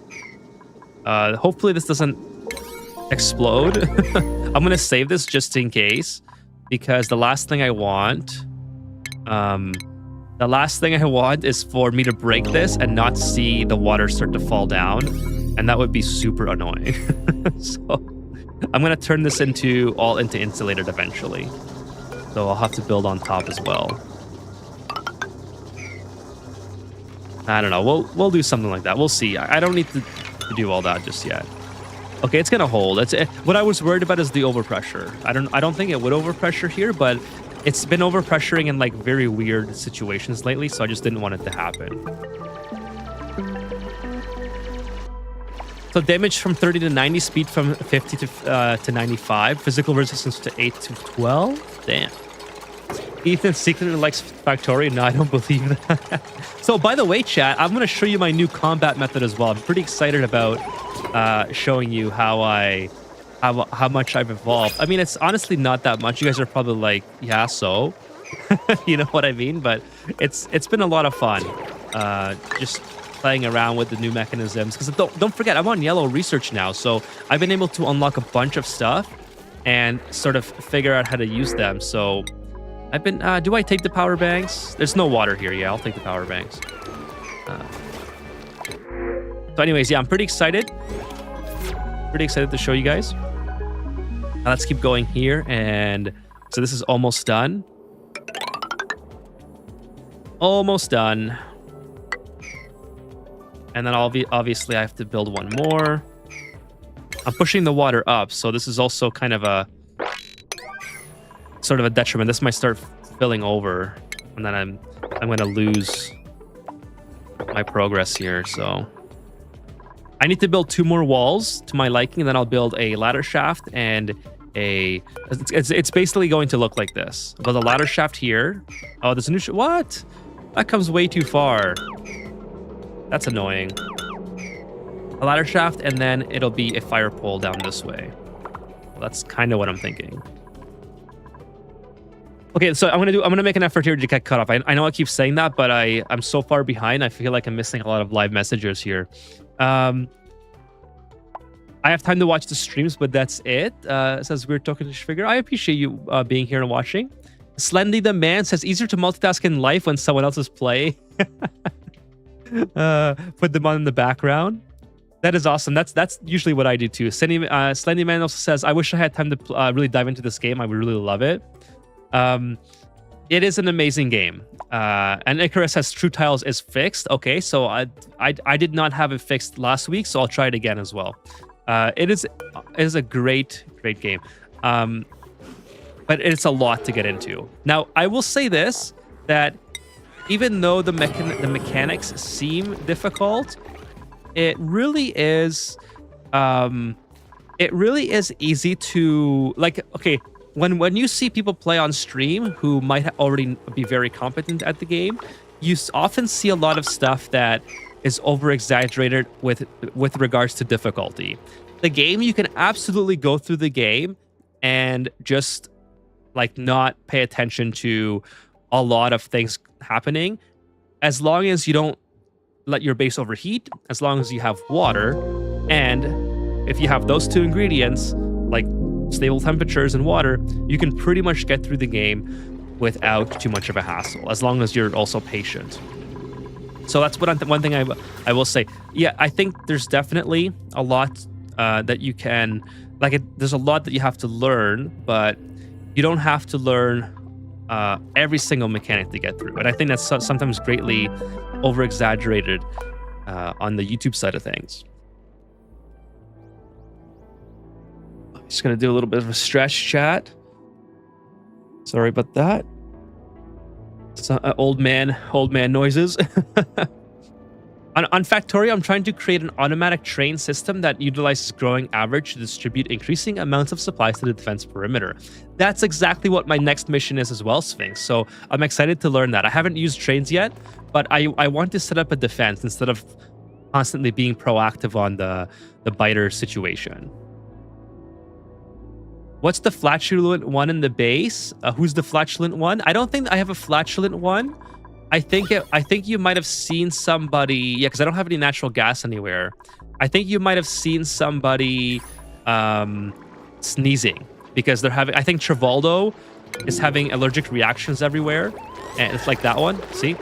So he's just sneezing all over the place, which is unfortunate because, yeah, he's really allergic. I should probably make him some tablets. Sulfur, let's put the sulfur in here, by the way. It doesn't have to be 9 priority. I'll just put it at 6. I know I have some sulfur. Like, I don't know why it's taking forever, but I guess I have to take on another duplicate. You know, I should probably do that. I think these guys are probably done on the wheel now. So let's get them going. Get them helping out. So, except for Trivaldo, because he sneezes all over the place. So Trivaldo can stay. There we go. And then that'll sort of... Let's get these guys moved out of here. I don't want anyone else coming in. There we go. Help out.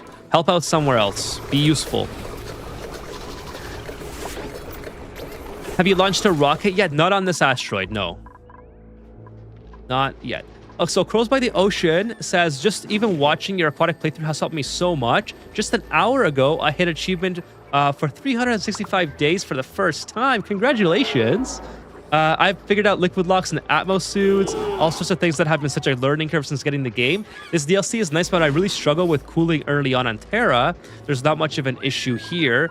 Thank you so much for the kind words, Crows by the Ocean.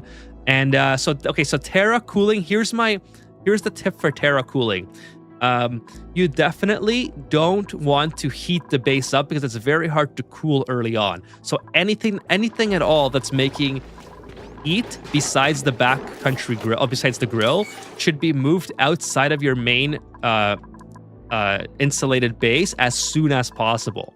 So, and that means coal generators. As soon as you have coal generators set up and then enough material and labor time to move them, like let's say way over here, as opposed to being in your starting biome, do that. Actually, that's not a good tip. You should move it not at the top, at the bottom, because carbon dioxide falls. So put it at the bottom, right? So, and again with the rock crusher, as soon as you have the time to move it outside of your base, you do that because it creates a lot of heat. And honestly, if you don't heat up your base in Terra, you can keep going on that base without active cooling for hundreds and hundreds of cycles. So once you start to produce oxygen via the electrolyzer, you can start to cool the oxygen, and that's how you can do most of your cooling for your playthrough. You don't even need an aqua tuner, and I can show you that if you like on another asteroid on the Super Duper Dreamland DLC. Actually, I do a great example of that. So yeah, it's cooling is oh shoot, I think I messed this up. I need to still get in here. So let's open that up. So cooling is a problem for people, usually because they allow their base to get heated up. So that's like the main thing, is don't allow the heat to come in there. If you happen to find a cool slush geyser, obviously you can just run that through your base, just pump it through, and that'll cool things down.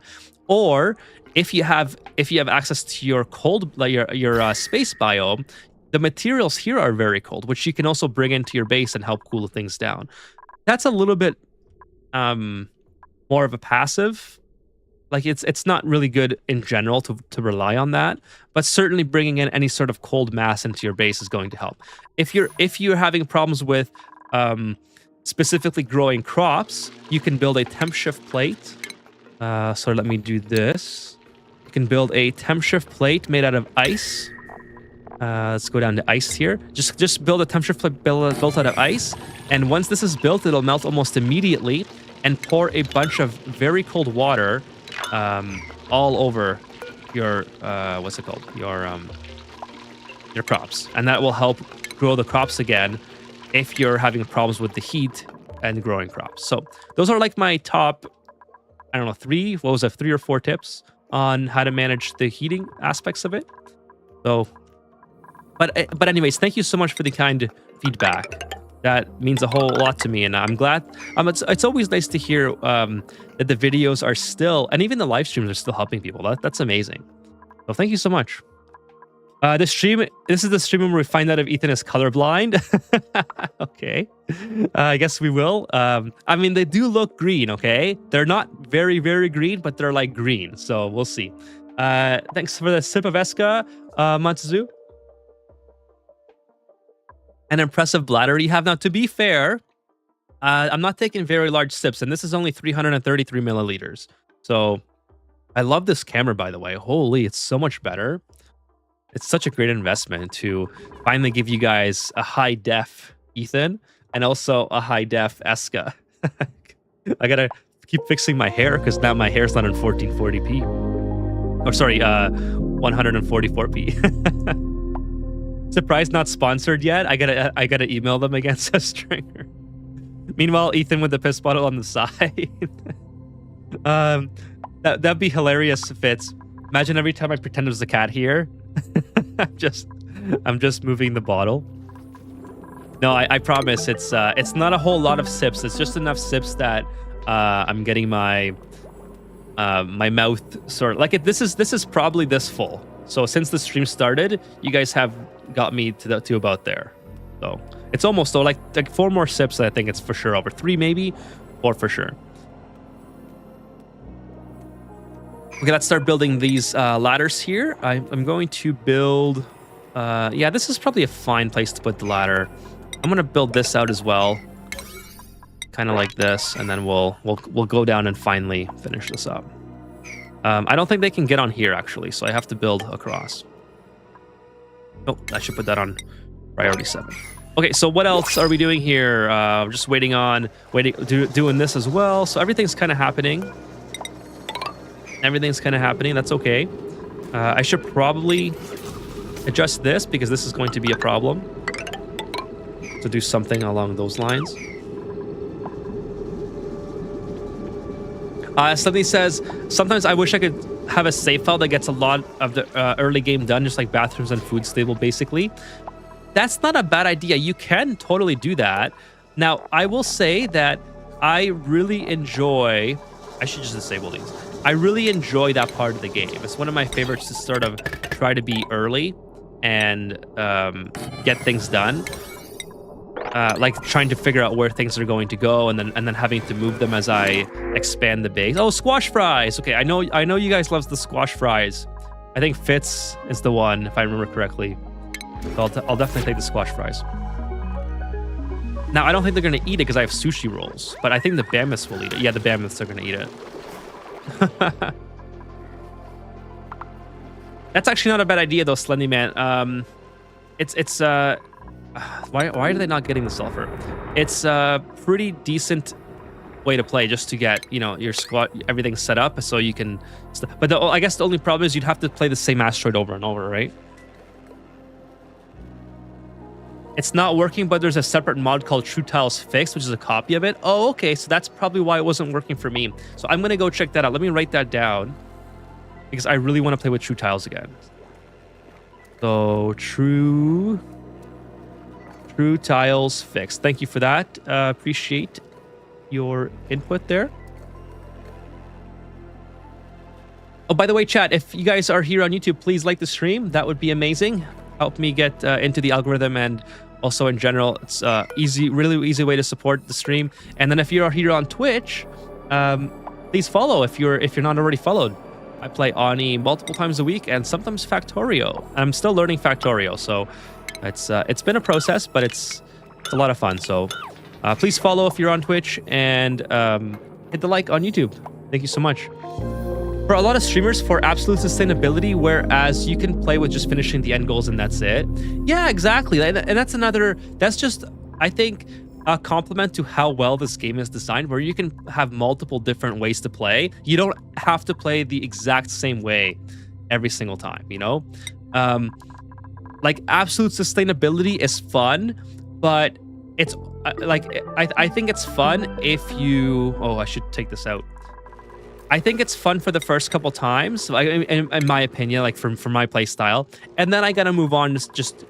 Like I like to build, design, and problem solve. So by the time I get late into the game and I feel like the asteroid is already won, I start to get a little bit defeated, and I'm like, okay, I'm just pointing and clicking at this one. I gotta move on to something else, right? So it's like, okay, I'm just antsy to start the next asteroid, you know?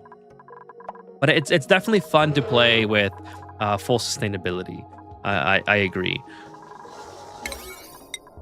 As like your primary objective, I mean. Sorry, let me move the mic a little bit here.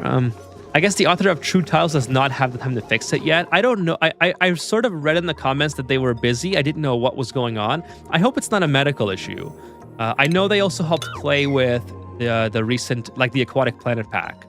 So I'm not sure what role they had, but they were like involved with the Aquatic Planet pack, I believe. So I don't know. Maybe they're just continuing to work with Clay on behind the scenes stuff. Who knows, right? Who knows? Take a look at the no meteors coming in the near future. I think we can discover a little bit more. 1, 2, 3. Maybe that might be it. We'll see if we can get anyone else on the telescope.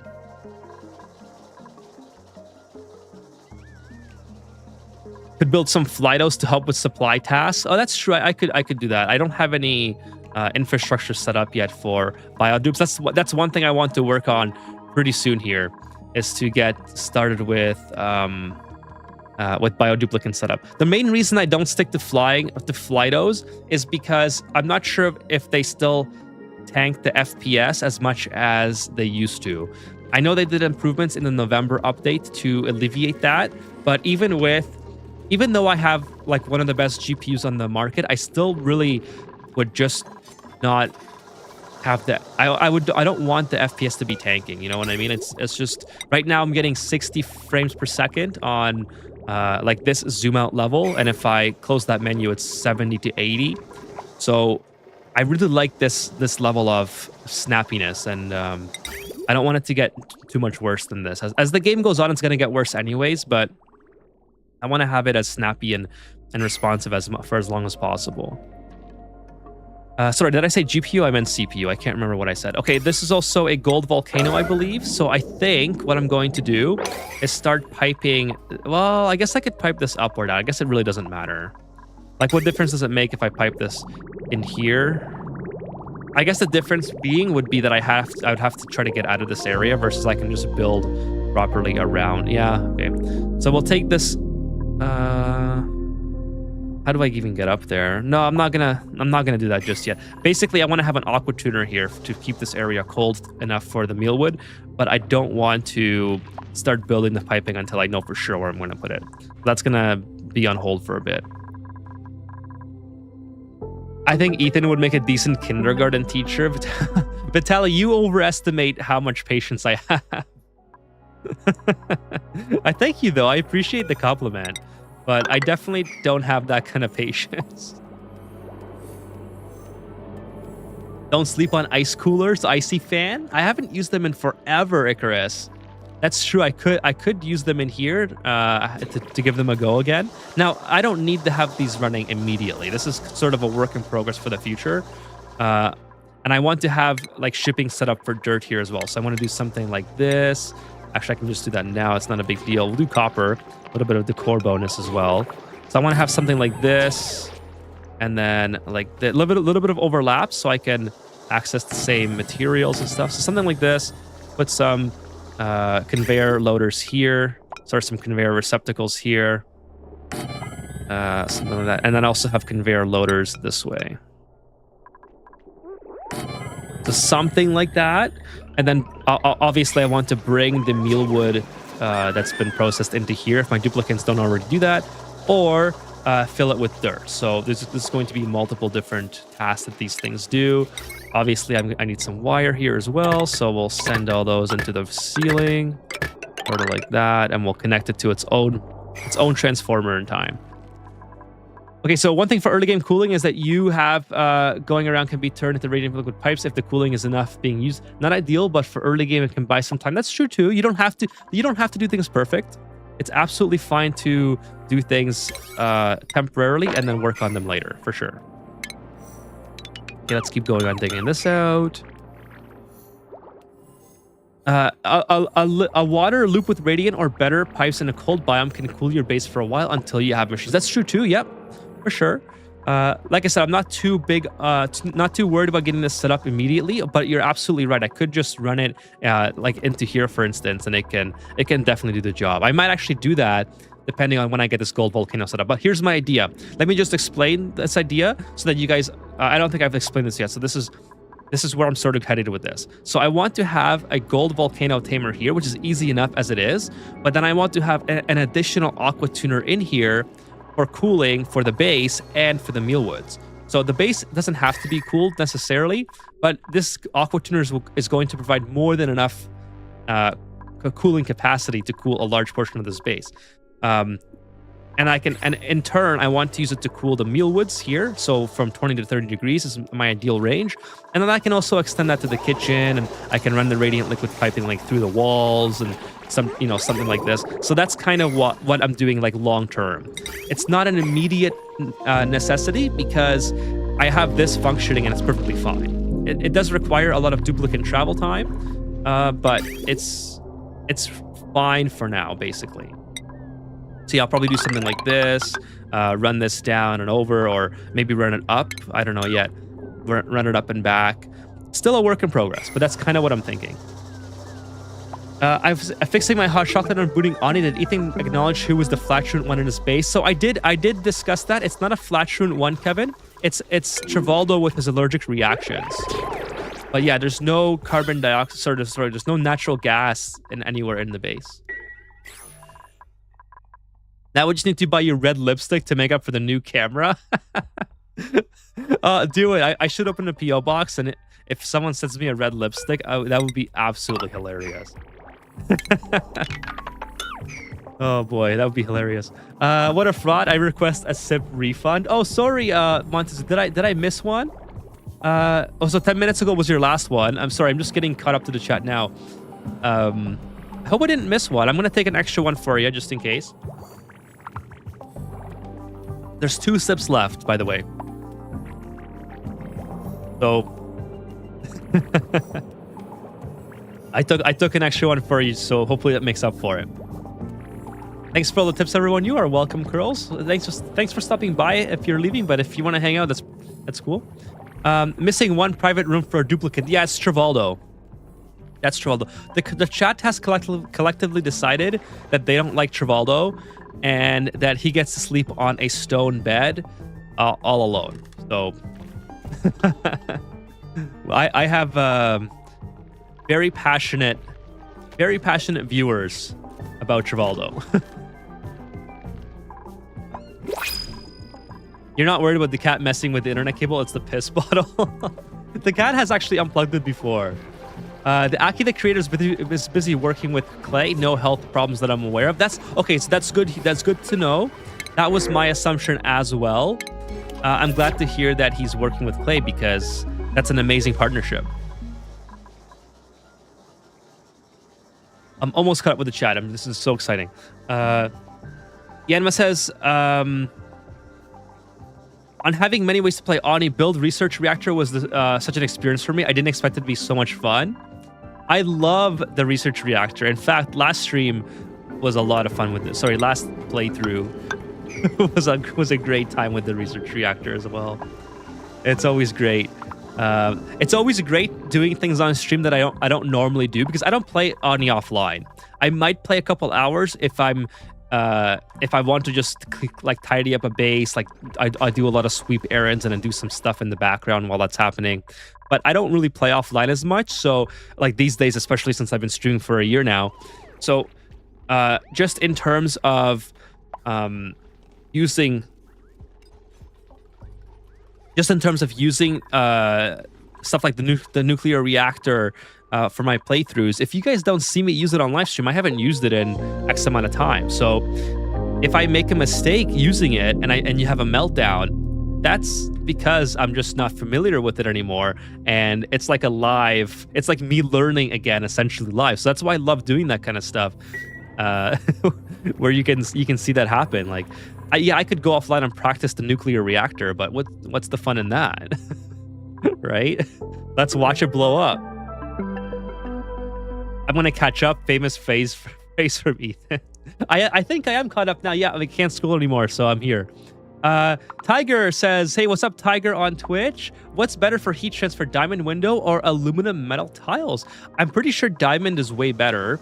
Let me check on that. So aluminum metal tiles. Aluminum has a we have a 205 thermal conductivity. I'm not sure if that changed when it's a tile. Sometimes it does. And then diamond is 80. So maybe it is aluminum. Let me see it. Let me see if it changes when it becomes. Well, let me build both. How about that? Let's just put both here and then we'll take a look. So I know diamond is preferred for very hot applications because obviously the melting temperature of it. Let's see, where's the glass back wall? Where's the glass? There it is, a window tile. But I don't know off the top of my head. I usually this is one of the areas of Ani where I'm not very well versed at remembering all this stuff. I have a terrible memory when it comes to numbers and like ratios and stuff. So you'll often see me sort of disregard this kind of information, and I'll just build like whatever. Like for instance, here I'm building cobalt radiant liquid pipes. So stuff like that. And then when it comes to very specific builds where I need to know this information, I'll have to literally build with both tiles, and then I'll have to compare the two. So let's see, we have, yeah, it's 100 for the metal tile and 80 for the window tile for the thermal conductivity. And both the specific heat capacities, I think, are trivial differences. So definitely the metal, sorry, this is cobalt, whoops. I don't have aluminum. Okay, so cobalt already has a higher thermal conductivity than with diamonds. So I'm pretty sure aluminum would even be better. But definitely the temperature of this, this is never going to melt.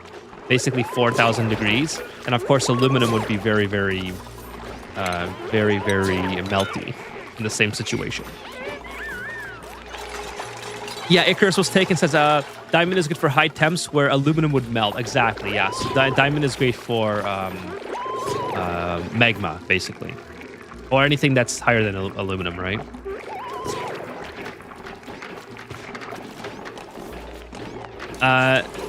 Fitz says, do something crazy with that hot polluted water. Build a liquid temperatizer on top of it and steam and dirt. The hot polluted water. Which hot polluted water? Oh, is it this one? Oh, which hot polluted water? Oh, this here? Where's the hot polluted water that you're referring to? I mean, I could do that if what you're describing. Oh, by the way, since we're on the topic of heating and cooling, check this out. This is my hot polluted oxygen vent that we were talking about last stream. Actually, I set this up last stream, and it just goes to show you again. I think I forgot who mentioned this now, but piping cold liquids from a cold biome, it's so useful that I'm cooling this hot polluted oxygen vent that comes out at 500 degrees, the oxygen, with very modest amount of brine. That's coming in at 2 degrees Celsius. And this is keeping this extraordinarily well cooled. It's like amazing. Now, obviously there's a lot of mass involved here, a lot of mass of brine versus a very small amount of oxygen. So that's kind of helping out. But yeah, to the point of piping in cold liquids from a cold biome, this absolutely is very, very overpowered. And actually I should be a little bit conscious of how much oxygen I'm putting into my base. It seems to be pretty steady. So I don't want to get any popped eardrums, obviously. We're getting close to popped eardrums here. But yeah, should be okay. So Kevin says aluminum would be very limited temperature range for high transfer when is needed. Fine for cold, limited for heat. So aluminum temperature plates are better than diamond ones if you don't use them with magma. Yeah, I would assume so, because it keeps the properties when you're building the temperature plate as well. So that being said, like I would still probably go with diamond. I mean, I guess it depends on how badly you need the heat transferred quickly, because diamond is just so useful where you don't have to think about where you're building in. So if you value that peace of mind, which I really do, I would honestly go for diamond more often than not. I understand that's maybe not everyone's favorite way to play, but for me, I absolutely love not having to worry about those kind of things. I don't know if that resonates with anybody else, but so for instance, if I'm building, like, if I have enough diamond and I'm conscious of how much diamond I'll have, and if I'm building temperature plates, I usually would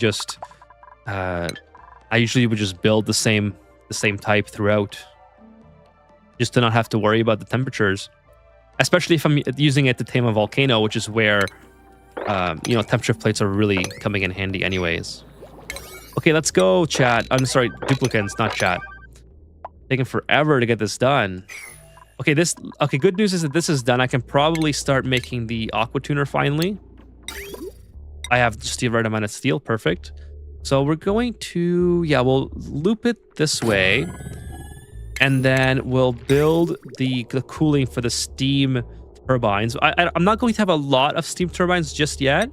I think I'll have maybe 2 to start with, and maybe add more in the future. So therefore, I'm going to build regular piping here, just so I don't have to waste a lot of a lot of cobalt that I don't have at the moment. And I'll just do a regular bypass on this.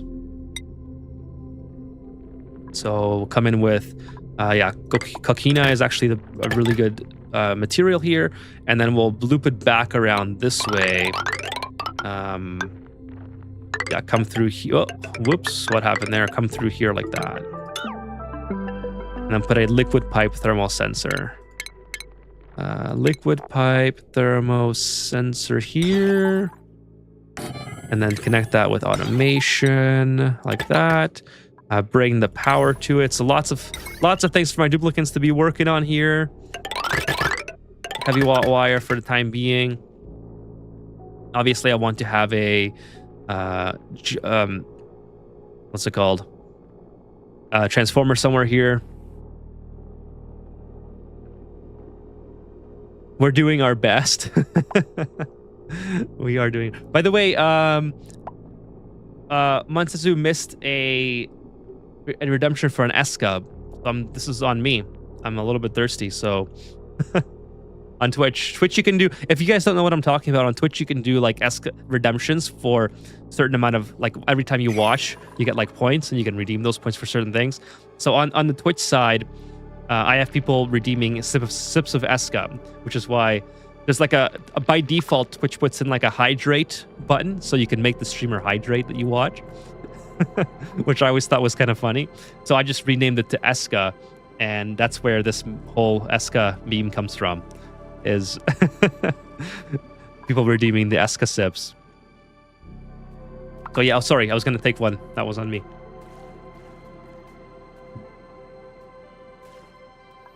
Yeah, one more mouthful left. Okay, why is this taking forever? Let's go. You don't do double bridges for cooling loop? I had some pipes break recently, and now I use double bridges. I've only ever used one. I'm not sure, to be honest with you. I've never used doubles ever, so I'm not sure of the immediate benefit of using more than one. I'll have to maybe play around with it. I use back transformers to put solar into my system. Oh, you told me about that, Icarus. I think you've mentioned that before.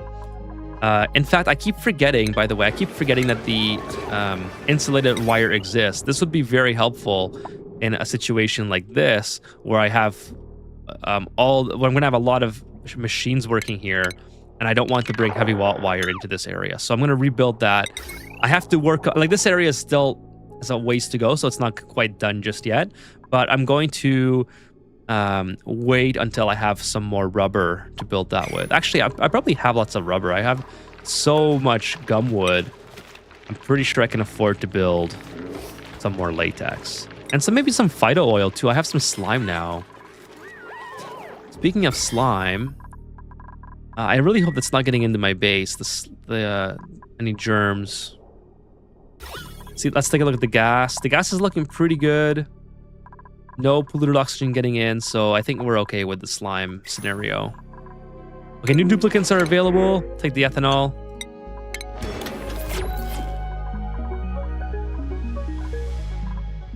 The double bridges is to keep the amount of liquid in the same, no matter if the aqua tuner is running or not.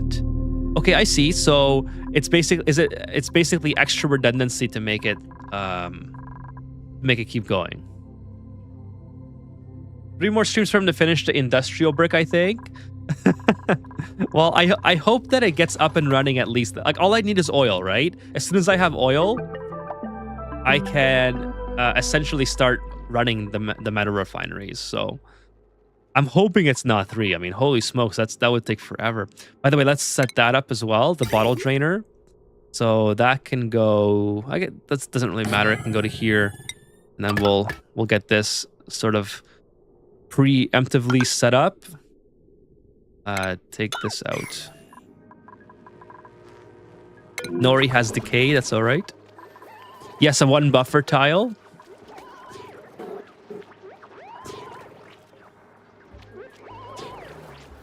Sorry, I missed a message there from Yangma. Says, I thought the use of double bridges was to have a bubble buffer to avoid backup. Yes, 1 buffer tile. Okay, got it. So actually, speaking of the buffer tiles, this is where I usually mess up as well. So maybe I'm now comprehending a little bit more about what the benefit of that is. Like I messed up doing it here where I overfilled my pipe. What my solution to that is just to usually build a little bit of an intersection where the extra fluids or gases can bypass. It's not the most elegant. Oh no! Fleeing from what? Travoldo, what are you fleeing from? Who's attacking you? Where was Travoldo getting attacked from? Up here, like the shine bugs? Did Travoldo just get attacked by the shine bugs? I don't. Like, where the hell was he getting attacked? Oh boy, Travoldo. How did you get hurt there? Oh, this guy. No. No, you murderer. This Poke Shell, where did it come from? It murdered everyone. Look it. No, I wanted those. Thank goodness I got a Behemoth egg. Oh, no. And then you were in a fight, a lot of fights too. Holy. You're going after the Pip now. All right, all hands on deck. That's crazy. I didn't even see that coming. Where the hell did he come from? I swear I put all my Poke Shells in here. Did he escape? Nice, I got Slicksters now. That's so sad. I lost all my animals. I'm glad the Pips made it though. The Pips are smart. They can hide on the roof.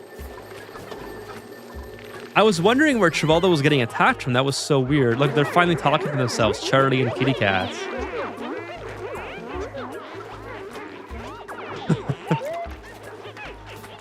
So Fitz says, don't you think that Bill should temperature plate on that steam room? No. I mean, it could use it for sure to get it started. But once the steam starts to, once this becomes steam, it's okay. Like it's not. I mean, yeah. You know what? I could do this. It doesn't hurt to do it. Let's use. We'll use gold maybe. So if I built a couple here to help with to help start to get the water into steam, that might be pretty beneficial, but it's not 100% necessary. What? Cat's back. Your meowing didn't work last time. Why would it work this time? Why don't you come up on my lap and you can be on camera? Come here.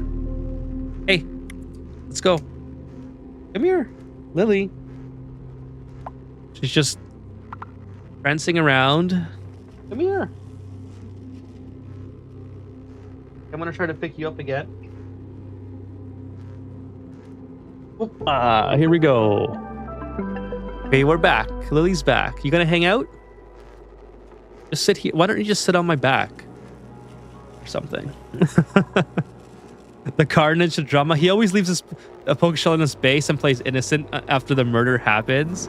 Well, Kevin, I have my special Poke Shell pit already.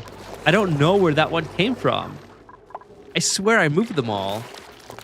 This is where the duplicants go when they pee themselves. They haven't had to do that recently.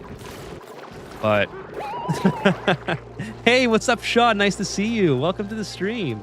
Happy Sunday. I mean, I guess that's Happy Sunday is a little bit subjective because maybe some people have to work tomorrow. So, well. Anyways, welcome to the stream. Nice to see you. By the way, I'll be on for another 20 minutes, 30 minutes or so. I'm going to play for that long, and then I'm going to do a small Factorio segment where I show the progress on the asteroid, and I'm pretty sure that I have green biters now. So the chat's going to confirm that the Factorio experts in chat are going to confirm my assumption. Okay, let's keep going down.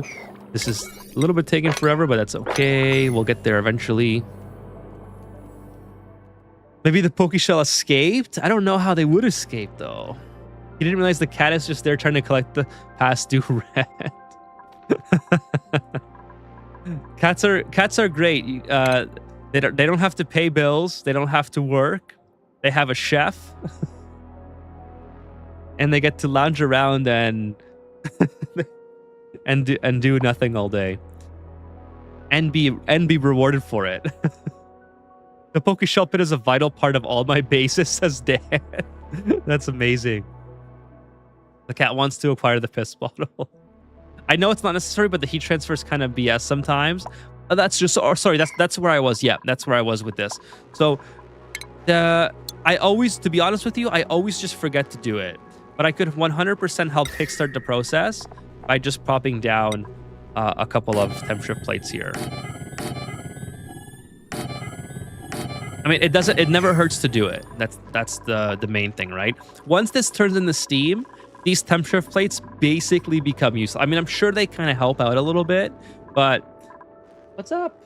No, please don't go on the computer. Please don't go on the computer. She likes the computer because it blows my... I have the fans blow out and she likes that, right?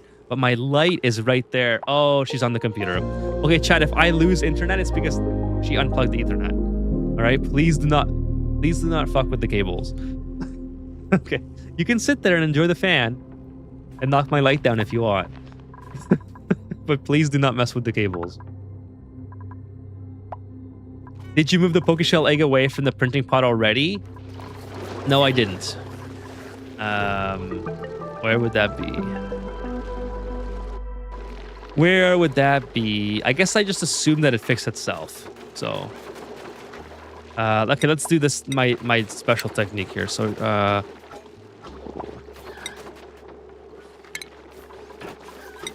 it's right there. Okay, literally in front of me. All right, in the pit you go. Being awesome 24/7 is work in and of itself. That's true. She is awesome 24/7. Please do not mess with the... Hey.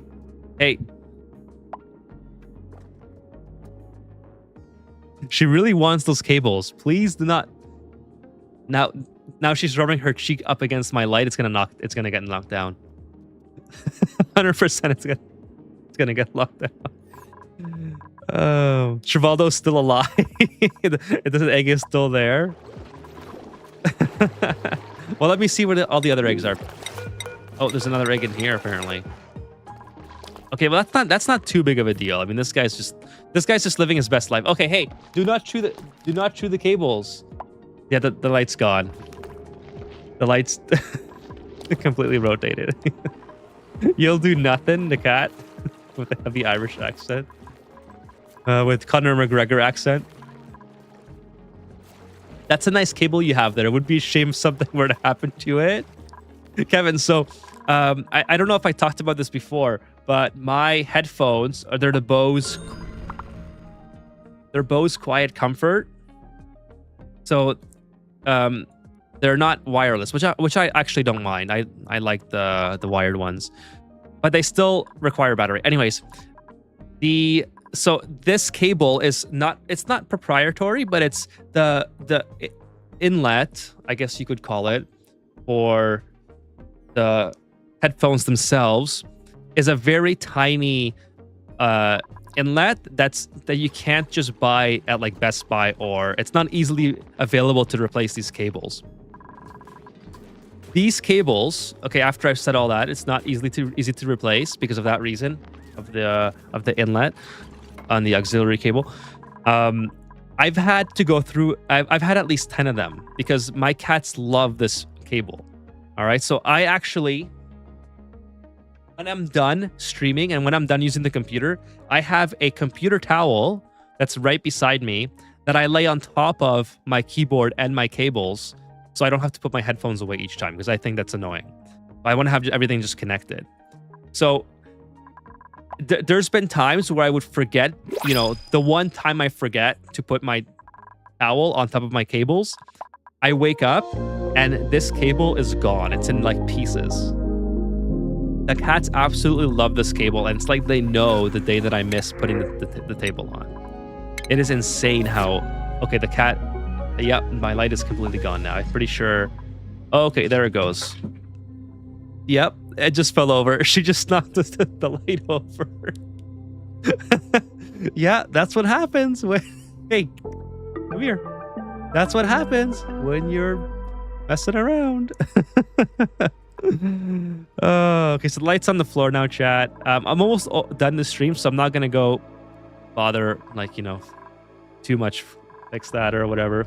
I actually, the green screen is worse now.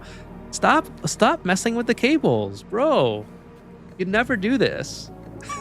Why don't you just come here and sit on my lap or to my shoulders? How am I supposed to play the game with you here? She's just being such a bumhole right now. Hey, stop.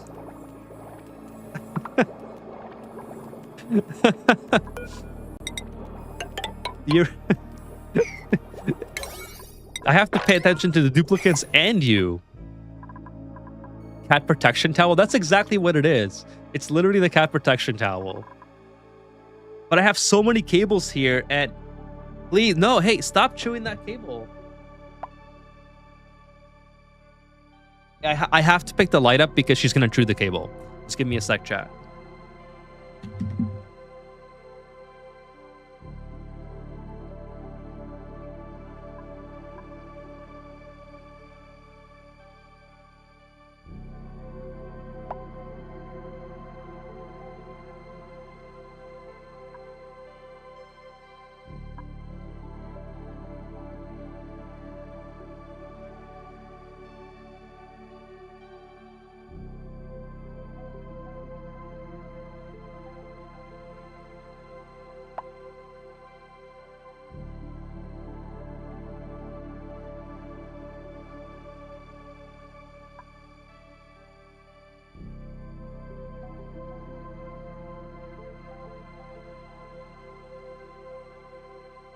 Well, you know, funny enough, I left the mic on, so just in case I had an interaction, you guys would know that it's not off-camera violence. I was like, okay, if there's something that's funny that happens, at least the chat can hear it. But no, we're good.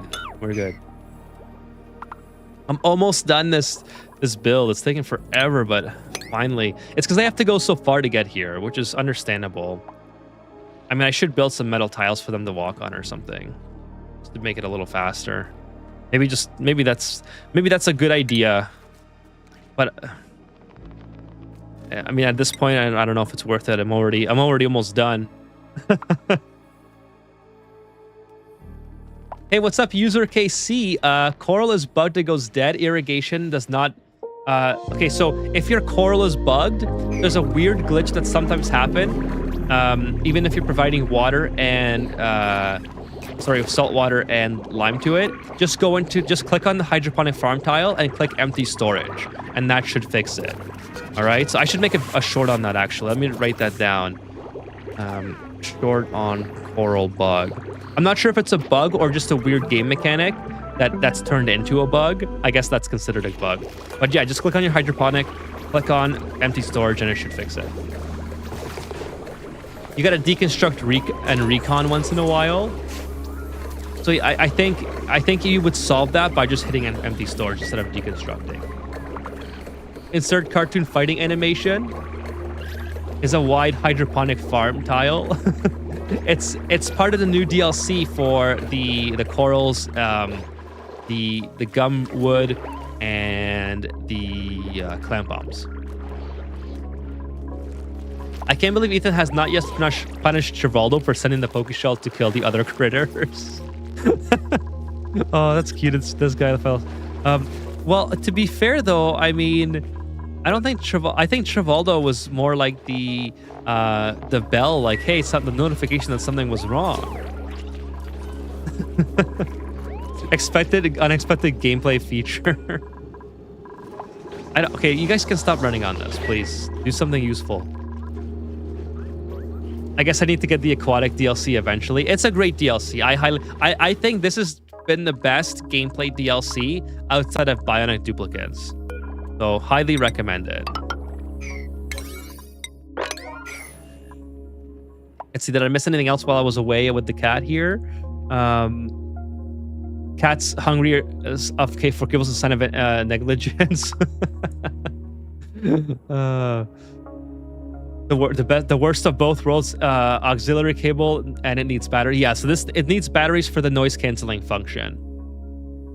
It is really good though. Like I've used it on an airplane before, and it blocked out like 90% of the engine noise. So it was A+. A+ for these. They're old now too. I bought them like before the COVID days, I think. Pretty sure I bought them before the COVID days. And I remember they were so cheap. I bought them on sale for like $149. Like Bose headphones for $149. It's unheard of now. And it was so good. I loved it so much that I was like, I have to buy a second pair just in case anything ever happens to the first pair. Because I used it for travel back then. I did more traveling than I do now. But also it's great for gaming. Very immersive. And so I bought a second pair for when it went on sale for, again, $149. And now you can't find these headphones for under $300. So I'm very glad. It was a very good future-proof investment.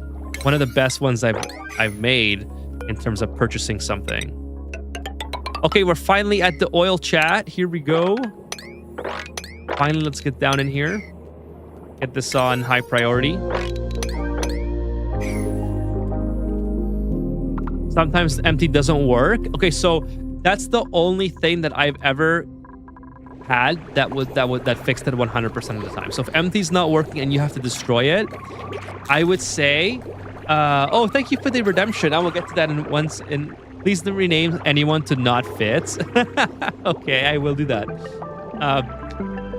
Okay, if empty's not working, wait for the duplicants to actually, like, are you waiting for the duplicants to actually empty it and then for it to like refill with water? Because remember, it has to refill, right? It has to refill, and the duplicants have to reload the line.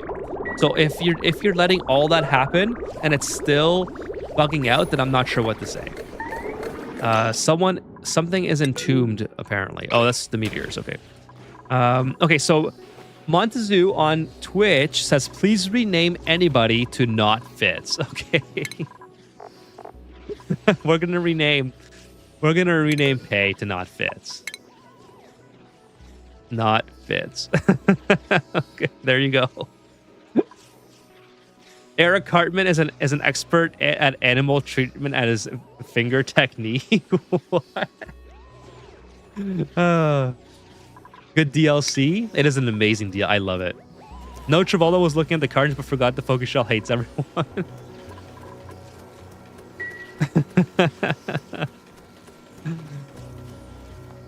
Best DLC features for me, who doesn't have the DLC: new saltwater texture, new suffocation mechanic. I still have not seen that. I have to test that out. But the new saltwater texture is incredible. And in fact, I like the polluted water as well. I like the salt water. It makes it a lot more vibrant and lively. It's not just white, which is kind of boring. And I've also the magma has grown on me. Okay, now the oil is a little bit confusing at a glance from like out here if you're just scrolling really quickly, because it kind of blends in with the polluted brine until you actually take a look at it and say, oh, it's actually like the oily sort of color, rainbow color that you would see if you saw oil on the ground or whatever. Like, I don't know if you guys do your own oil changes, but that's kind of what it looks like if it gets on the ground. So I actually really enjoy all the liquid changes. Travoldo as not fits would be funny. Hugh, I can fix that. I can, but it's funny to hate on Travoldo. Travoldo's always been a meme in my playthroughs. I already got pay to not fits. I'm not sure where Montezou is going with that, but. No, Ethan, please. Okay, no, don't worry. I will honor your request. We'll not be renaming you to Travoldo. Okay, let's keep going. Come on, ASAP, so I can get the oil. If I can get the oil, I will consider this playthrough or this session a massive win. Like, I got telescope research up and going. Sorry, virtual planetarium databanks. I got my farm started, so this is in progress, obviously. I had my thermal regulator relocated from my deep freezer, which is working perfectly fine. Everything's still deep frozen in here. I got my oxygen levels are looking great thanks to the hot fluid oxygen tamer and also the corals here. One thing that I have to get working on really, really badly is this gold volcano. Let me start getting this dug out and getting down here. In the meantime, since this is going to cause these duplicates to probably get stuck because of this ladder situation. Probably build this up a little bit. I will probably build metal tiles so they can walk across here faster. We'll do something like this. I'm just building them staggered for now. Actually, I'll do them a little bit higher. I'm going to build them staggered for now, just so they can build it faster and not get stuck, and then I'll fill in the blanks later. But basically, yeah, we're going to do something like this. So I want this done first, obviously. Do 6 on here. Good night, Vitaly. You're gone. Click the like on the video. Thank you so much, Vitaly. Appreciate it. Have a good rest of your night, and I'll see you on the next stream. I'll be back on Wednesday. Let's see. Is it illegal for Canadians to change their own oil? I don't know. I don't know where you got that from, Stringer, but no, I changed my own oil. Look at how it's growing. Any slug farms or ore halls? So ore halls, yes. This is an ore hall farm. Granted, it's pretty dead right now. I only have 1 ore hall. So I should probably set this counter to a little bit higher. Maybe 4. Get this area popping a little bit. The slug farm, I'm still not really sure if I'm gonna need that. So I still have the slugs just in case I want to go for that once again. But yeah, I don't know if I'm going to go ahead with that. There's nothing that they're producing that I actually need except dirt, which I have the arbitrary farm with, and the pips. These guys are sustaining my dirt, and they're making me wood, and they don't have to be fed, which is amazing. So the slugs require salt, so I'd have to like desalinate or heat up salt water and whatnot. And lime. I mean, lime. I have other sources of lime as well, so not too sure if I need. Oh, more pips. Nice. Not too sure if I need that. We'll see. We'll see. But thanks for coming by, Job Grown. What's going on? The stream's almost over, by the way, but I appreciate you stopping in. Actually, we're gonna call it. We're gonna see who this is. Oh no! It's easy to fix. There you go. Okay, we're gonna call it there. Actually, this is exactly how long I want it to go, and I basically got access to oil, so I'm pretty happy with that. I'll end up, if I do play off stream, I'm gonna just maybe put ladders in here, put the oil in the aqua tuner, or the metal refinery, stuff like that. So that's kind of it. But I'm pretty happy with how this session has gone. I think it's a lot of progress. Didn't get distracted as much as I had usually. So before I get to Factorio, I'm doing a little bit of Factorio here. So if you guys are only here for Ani, you're welcome to head out. I will be back on Wednesday to continue with this Ani playthrough. But for now, I'm headed to maybe a 10 or 20 minute session of Factorio just to show off where my playthrough is. So if you guys don't know, this is my first ever Factorio playthrough. Definitely the longest I have ever gotten. So just going to show the Factorio fans in the chat of where I am. So if you could, on your way out, like the stream or follow on Twitch, that would be amazing. Otherwise, I will see you back on Wednesday. New video out tomorrow, most likely. I just have to edit now. The recording is done. I might have to re-record a segment that I'm not quite happy with, but new video out tomorrow on sushi production. All right. So pretty easy, but I feel like it's so easy that I just want to show people exactly how easy it is and how you can get it very, very early in your playthrough. Okay, so that's what's coming up tomorrow. Other than that, I'm gonna call it there for Ani, and I'm gonna jump over to Factorio. All right, so while that's happening, I'll catch up with the chat. Give it a save here, and we'll head over to the other game. I don't know who requested that, but please do not make this a theme. If it happens at some point, then it's going to be no one else left to blame but me. Okay, no worries. We'll make a new rule right here. that only one, you can't have duplicate names. All right. So let's boot up Factorio. I love that. I love that shot of Quinn just vomiting because of radiation. Slogos can supply Brecken too. Okay, that's a fair point for sure. I don't really play with Brecken all that much, but I might have to incorporate it since it got a huge update in this one. Let's go to Factorio. Here we are. Bro, that dupe is getting stuck too much, too often. I know, right? She's gonna be the new. Well, she is called the pit slave. So, I mean, she got stuck in the pit twice today. So kind of is on point. Thanks for the Oni content. You are welcome, Crows by the Ocean. I hope to see you back. I'll be back Wednesday for another Oni stream. All right. So actually before. Oh no, that's not what. Stop doing that. I don't want to blow up my. I don't want to blow up all my stuff. Okay, let me just pause here and just write a message on the screen. That stream ending soon. That's not what I meant to do. Stream ending soon, 10 minutes. Just so if people are coming in, they know that this is not an Oni stream or whatever. All right. Okay, so you are welcome, Curls, again. Just thanks for being here. Just to show off that you're colorblind so we can all look at the blue biters. Okay, so first of all, before I get to the biters, this is how I changed my my oil refinery. And check this out, chat. Check it out. All right, so this is my oil refinery, right? I have my heavy oil, my light oil, and my petroleum kind of balanced. Okay, I know this is kind of full right now, but it's another part. I'm using automation now. I figured out how to use automation with the pump.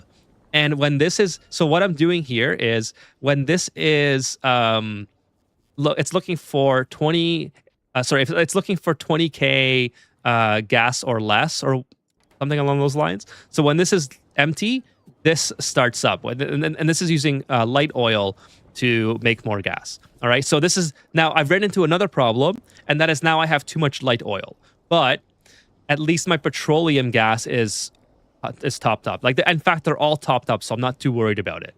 All right. If one of them was empty, then I'd go back and fix that, but that's okay. All right. So yeah, thank you, Fitz. I've worked a lot on that. It took me a couple tries to get it right because I initially wanted to make them in line, but then I realized that I couldn't do them in line because my piping wouldn't work fully.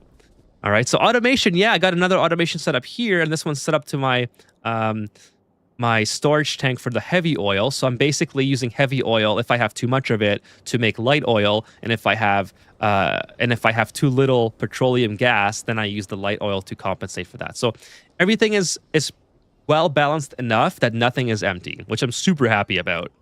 All right, not perfect, but not terrible. Other than that, I've started the yellow. You guys have seen the yellow research already. All right, so nothing really new there. So let's take a look at what else here. Oh, by the way, I'm super fast now. Check this out. This is my setup for my guy now. I have MK Power Armor 2. I have 5 exoskeletons, and I have the portable fission reactor.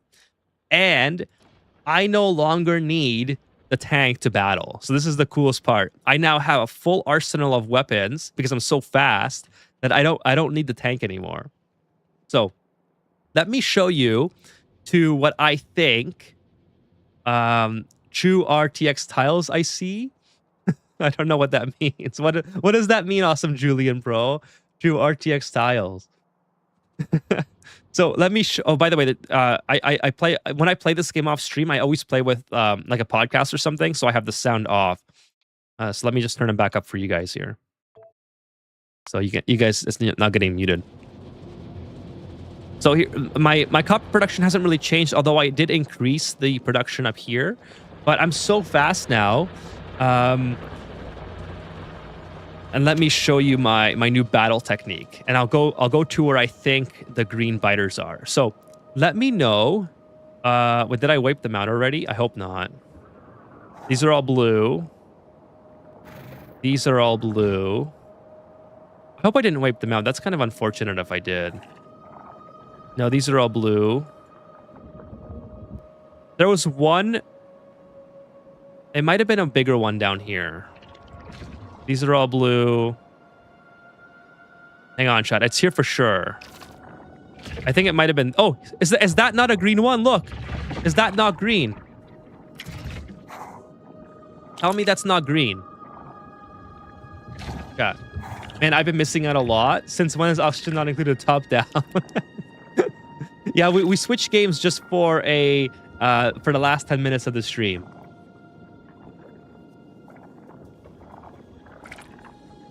I just wanted to show chat my progress. That's a normal one? What?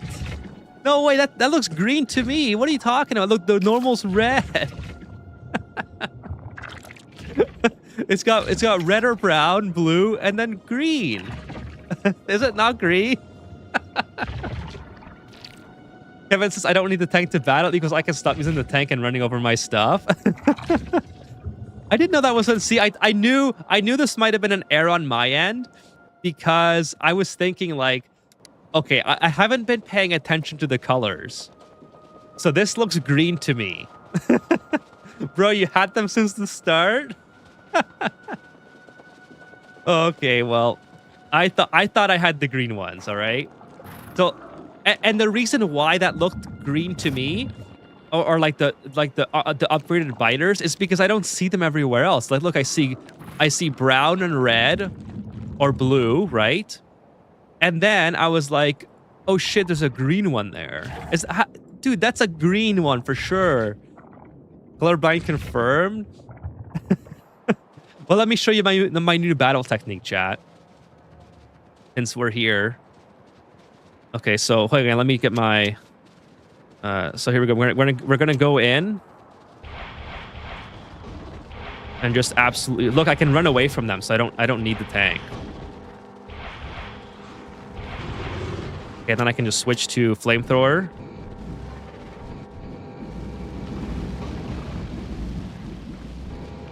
Now, I do miss running them over, not gonna lie. But I love the attacks, the rocket attacks.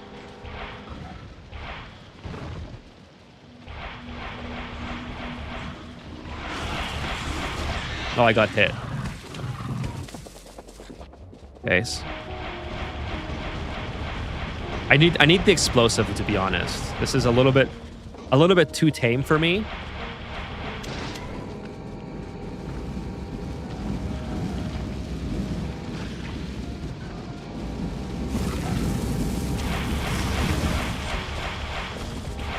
But I'm improving.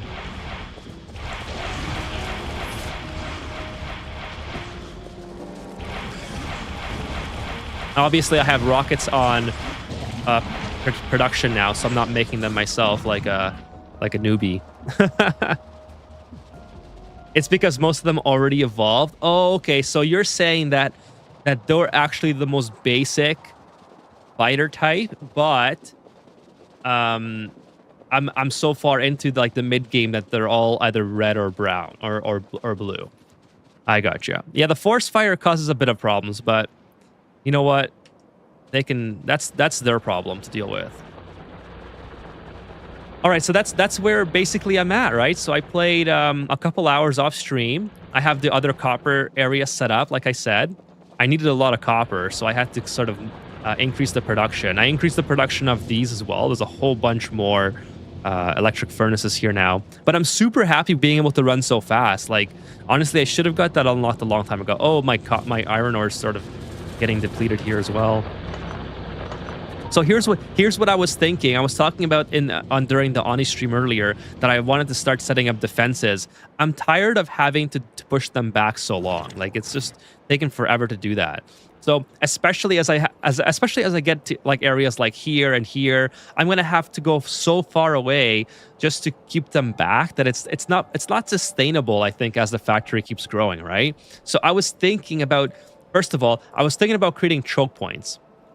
So having flamethrowers here in this area, using the water as cover and having choke points set up here along the cliffs and here and here. So that this would essentially block off anything from this area here. Obviously, I have to go here at some point.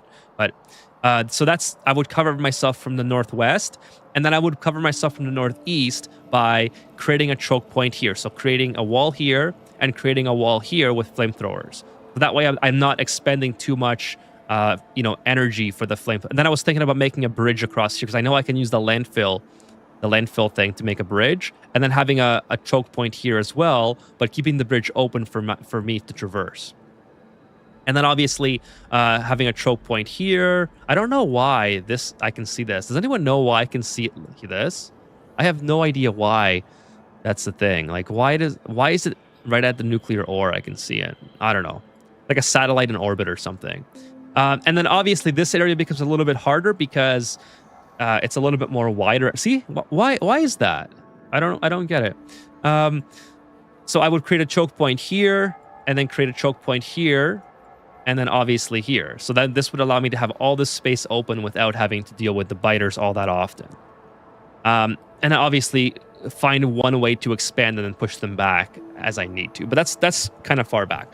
So that's where my next phase was going with regards to this playthrough. And here's the rest of my base. I'll alter my factory. I'll just do a quick walkthrough of it. Yes, I'm still on nuclear. Nuclear power is going great. I love it.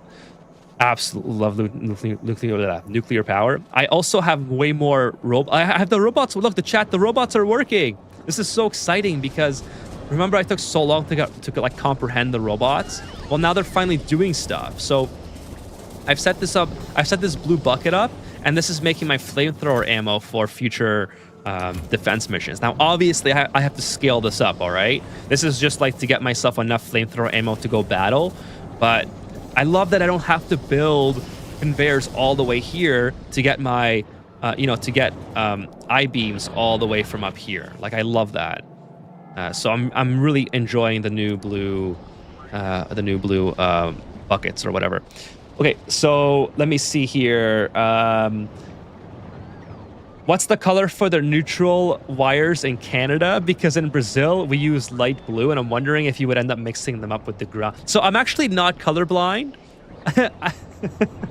I think, so that definitely looks green to me, though. It looks like a light green, or does that not look green? It has a green top to it. I know there's some brown too. Okay, look, I see brown there. I see dark gray or black, but then this looks a little bit green on my monitor. Maybe it's just my monitor because maybe it's my color on my monitor, but this looks a little bit like a green hue to it. Now that being said, it's obviously not this green. These plants are way more green. But sorry, to answer your question, it's white. We use white and black black for hot, white for neutral, and red for 240. So even colorblind people can tell them apart. But I thought this had a little bit of a little bit of a green hue to it. Now, I thought because they were the smaller variants that maybe they didn't have the full color yet. These are very clearly navy blue or ocean blue or whatever, right? A little bit lighter, sort of a gradient on each scale. But I thought for sure that they're very distinctly different than these red ones, which I thought were the main early game variation. So anyways, and by the way, these ones were faster as well. See, look how they're 43.2 kilometers an hour. So I thought, okay, they're even faster than the existing ones. So in my head, I was like, oh, these must be the green ones. Okay.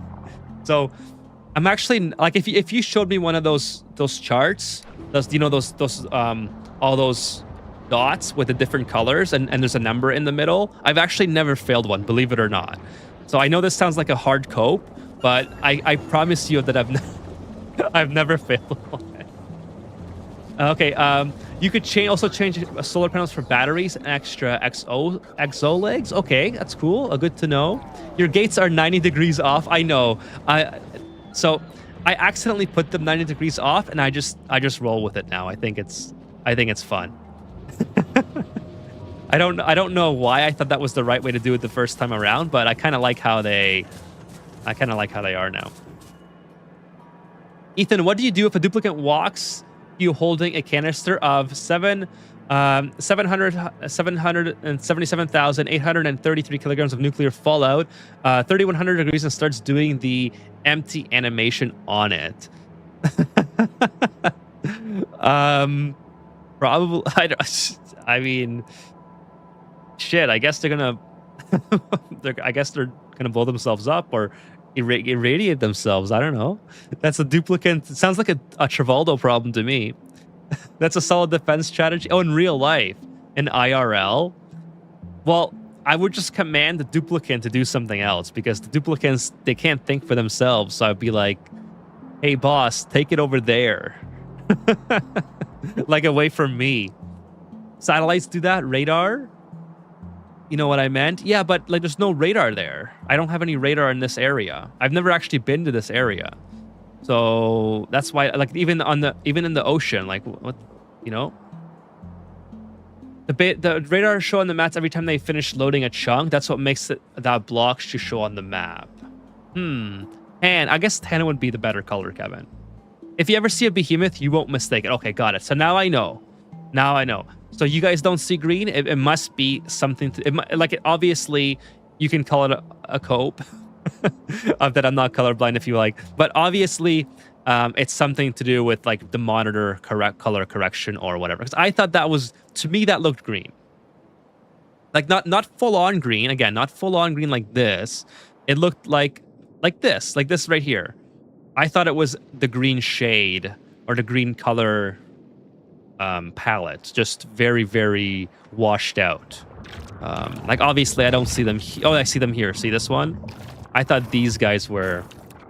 I didn't know they were the regulars. Because well, again, there's so little of them, right? There's only like one or two of them in a whole big horde. So I thought, okay, these must be the new guys, right? But anyways, obviously I was wrong, so I'm not gonna... I'll accept... You dead, bro? Look at the green bug on your smartphone. Oh, it's funny. Look at the green bug. Yeah, I'll check it. Okay, I will look it up. So Factorio green bug. Oh, okay, so this is very distinctly green compared to what I'm seeing. I gotcha. It's like full on green. It's not just a shade of green. All right, so this is what I'm seeing here, right? Okay, I got you. You guys are right. Click on the radar. There will be a green loading bar. Every time you see it loading, it will show a chunk of the map. Any radar, or does it have to be a particular radar? Puts on Nicopia mask. Could it be a linguistic thing, like maybe calling amber orange? I mean, maybe. But like I said, I thought it was like more green than brown. Maybe it's a linguistic thing. I am known for sort of making up stuff like that in my head because it makes sense. And then it ends up being wrong. I mean, I've done that on stream many times before. But obviously, no, honestly, you guys are right. I'm not going to dispute that. I thought for sure that I got to the green biters, which honestly, I was terrified of. I was like, oh shit, maybe I better start like thinking about upgrading my weapons. So that's why I have the rockets now. Because I thought, okay, if the green bugs are coming, I got to think of a better method to kill these things with. So any radar. So click on any radar, says Fitz. When it gets on its limit range, it will go back to showing chunks that are already loaded. Any radar. Okay, so I click on the radar, and then I guess maybe I have to like go here and click on it. Is that the double D player? What's that mean? Why is that radar named double D player? Rebellion Merc. Oh, I guess that's just like... I like those names. I just didn't... I've never seen them before. Now that I'm looking for these... Kyle Willis. Now that I'm looking for these names. Bureau Run. Okay. Fun fact, brown is just dark orange. That's a good point. In Canada, brown is green. Scanning... Sector scanning progress. Is that a thing here? Scan sector progress.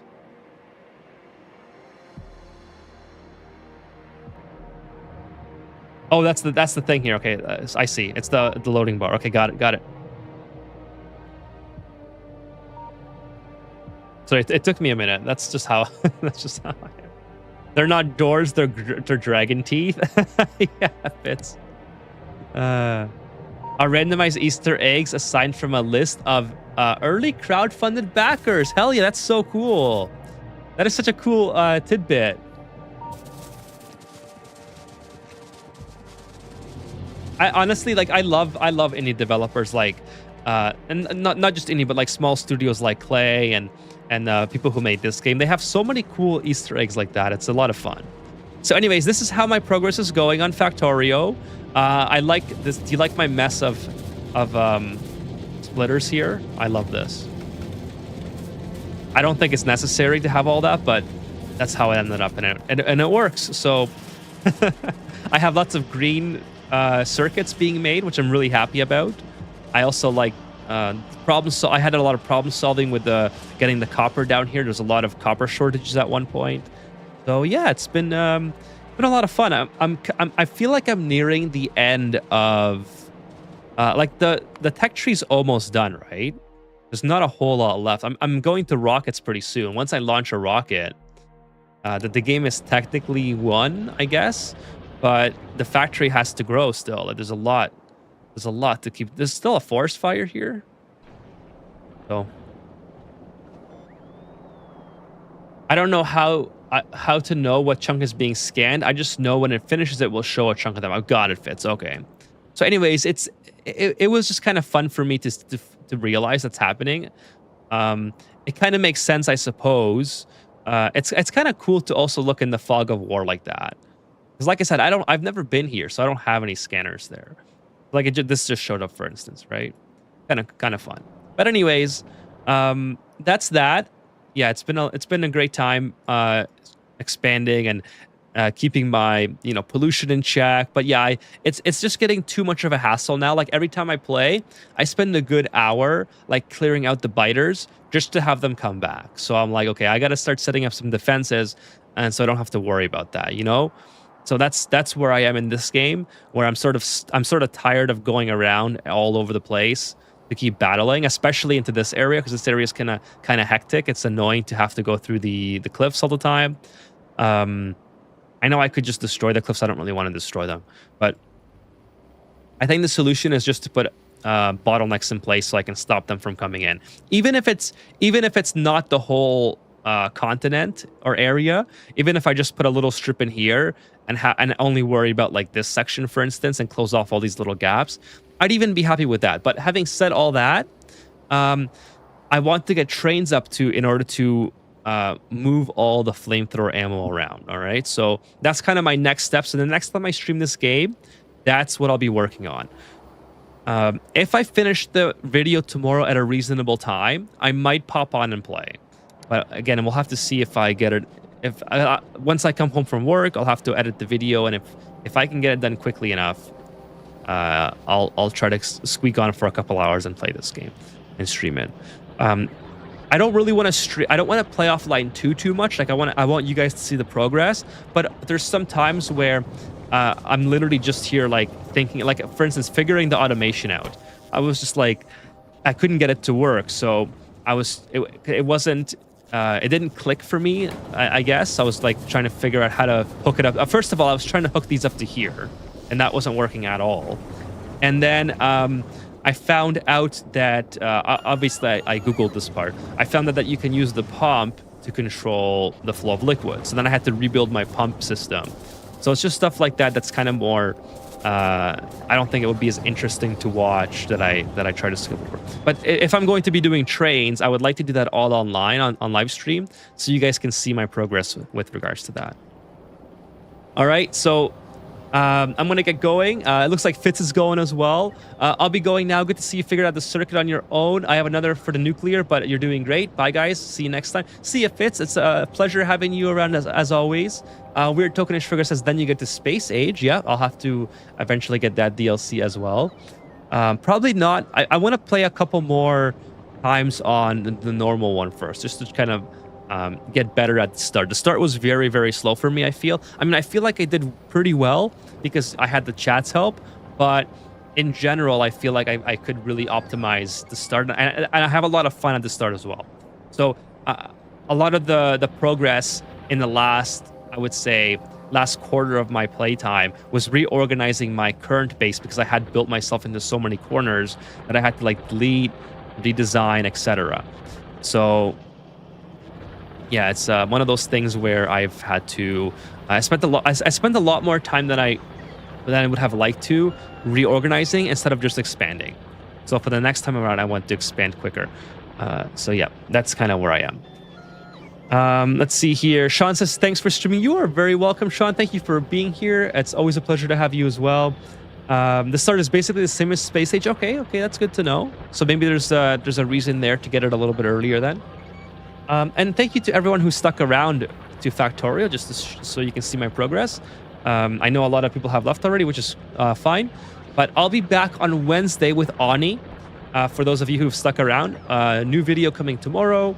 And I will, if I finish the edit tomorrow early enough, I will pop on for an hour or two to play the game. It wouldn't be a long stream. Like I have to, I gotta do other stuff tomorrow as well. So it wouldn't be long. But if I feel like I can get a good hour in, I'll come on. Basically, this is okay. So good night, Kevin. Thank you for being here as always as well.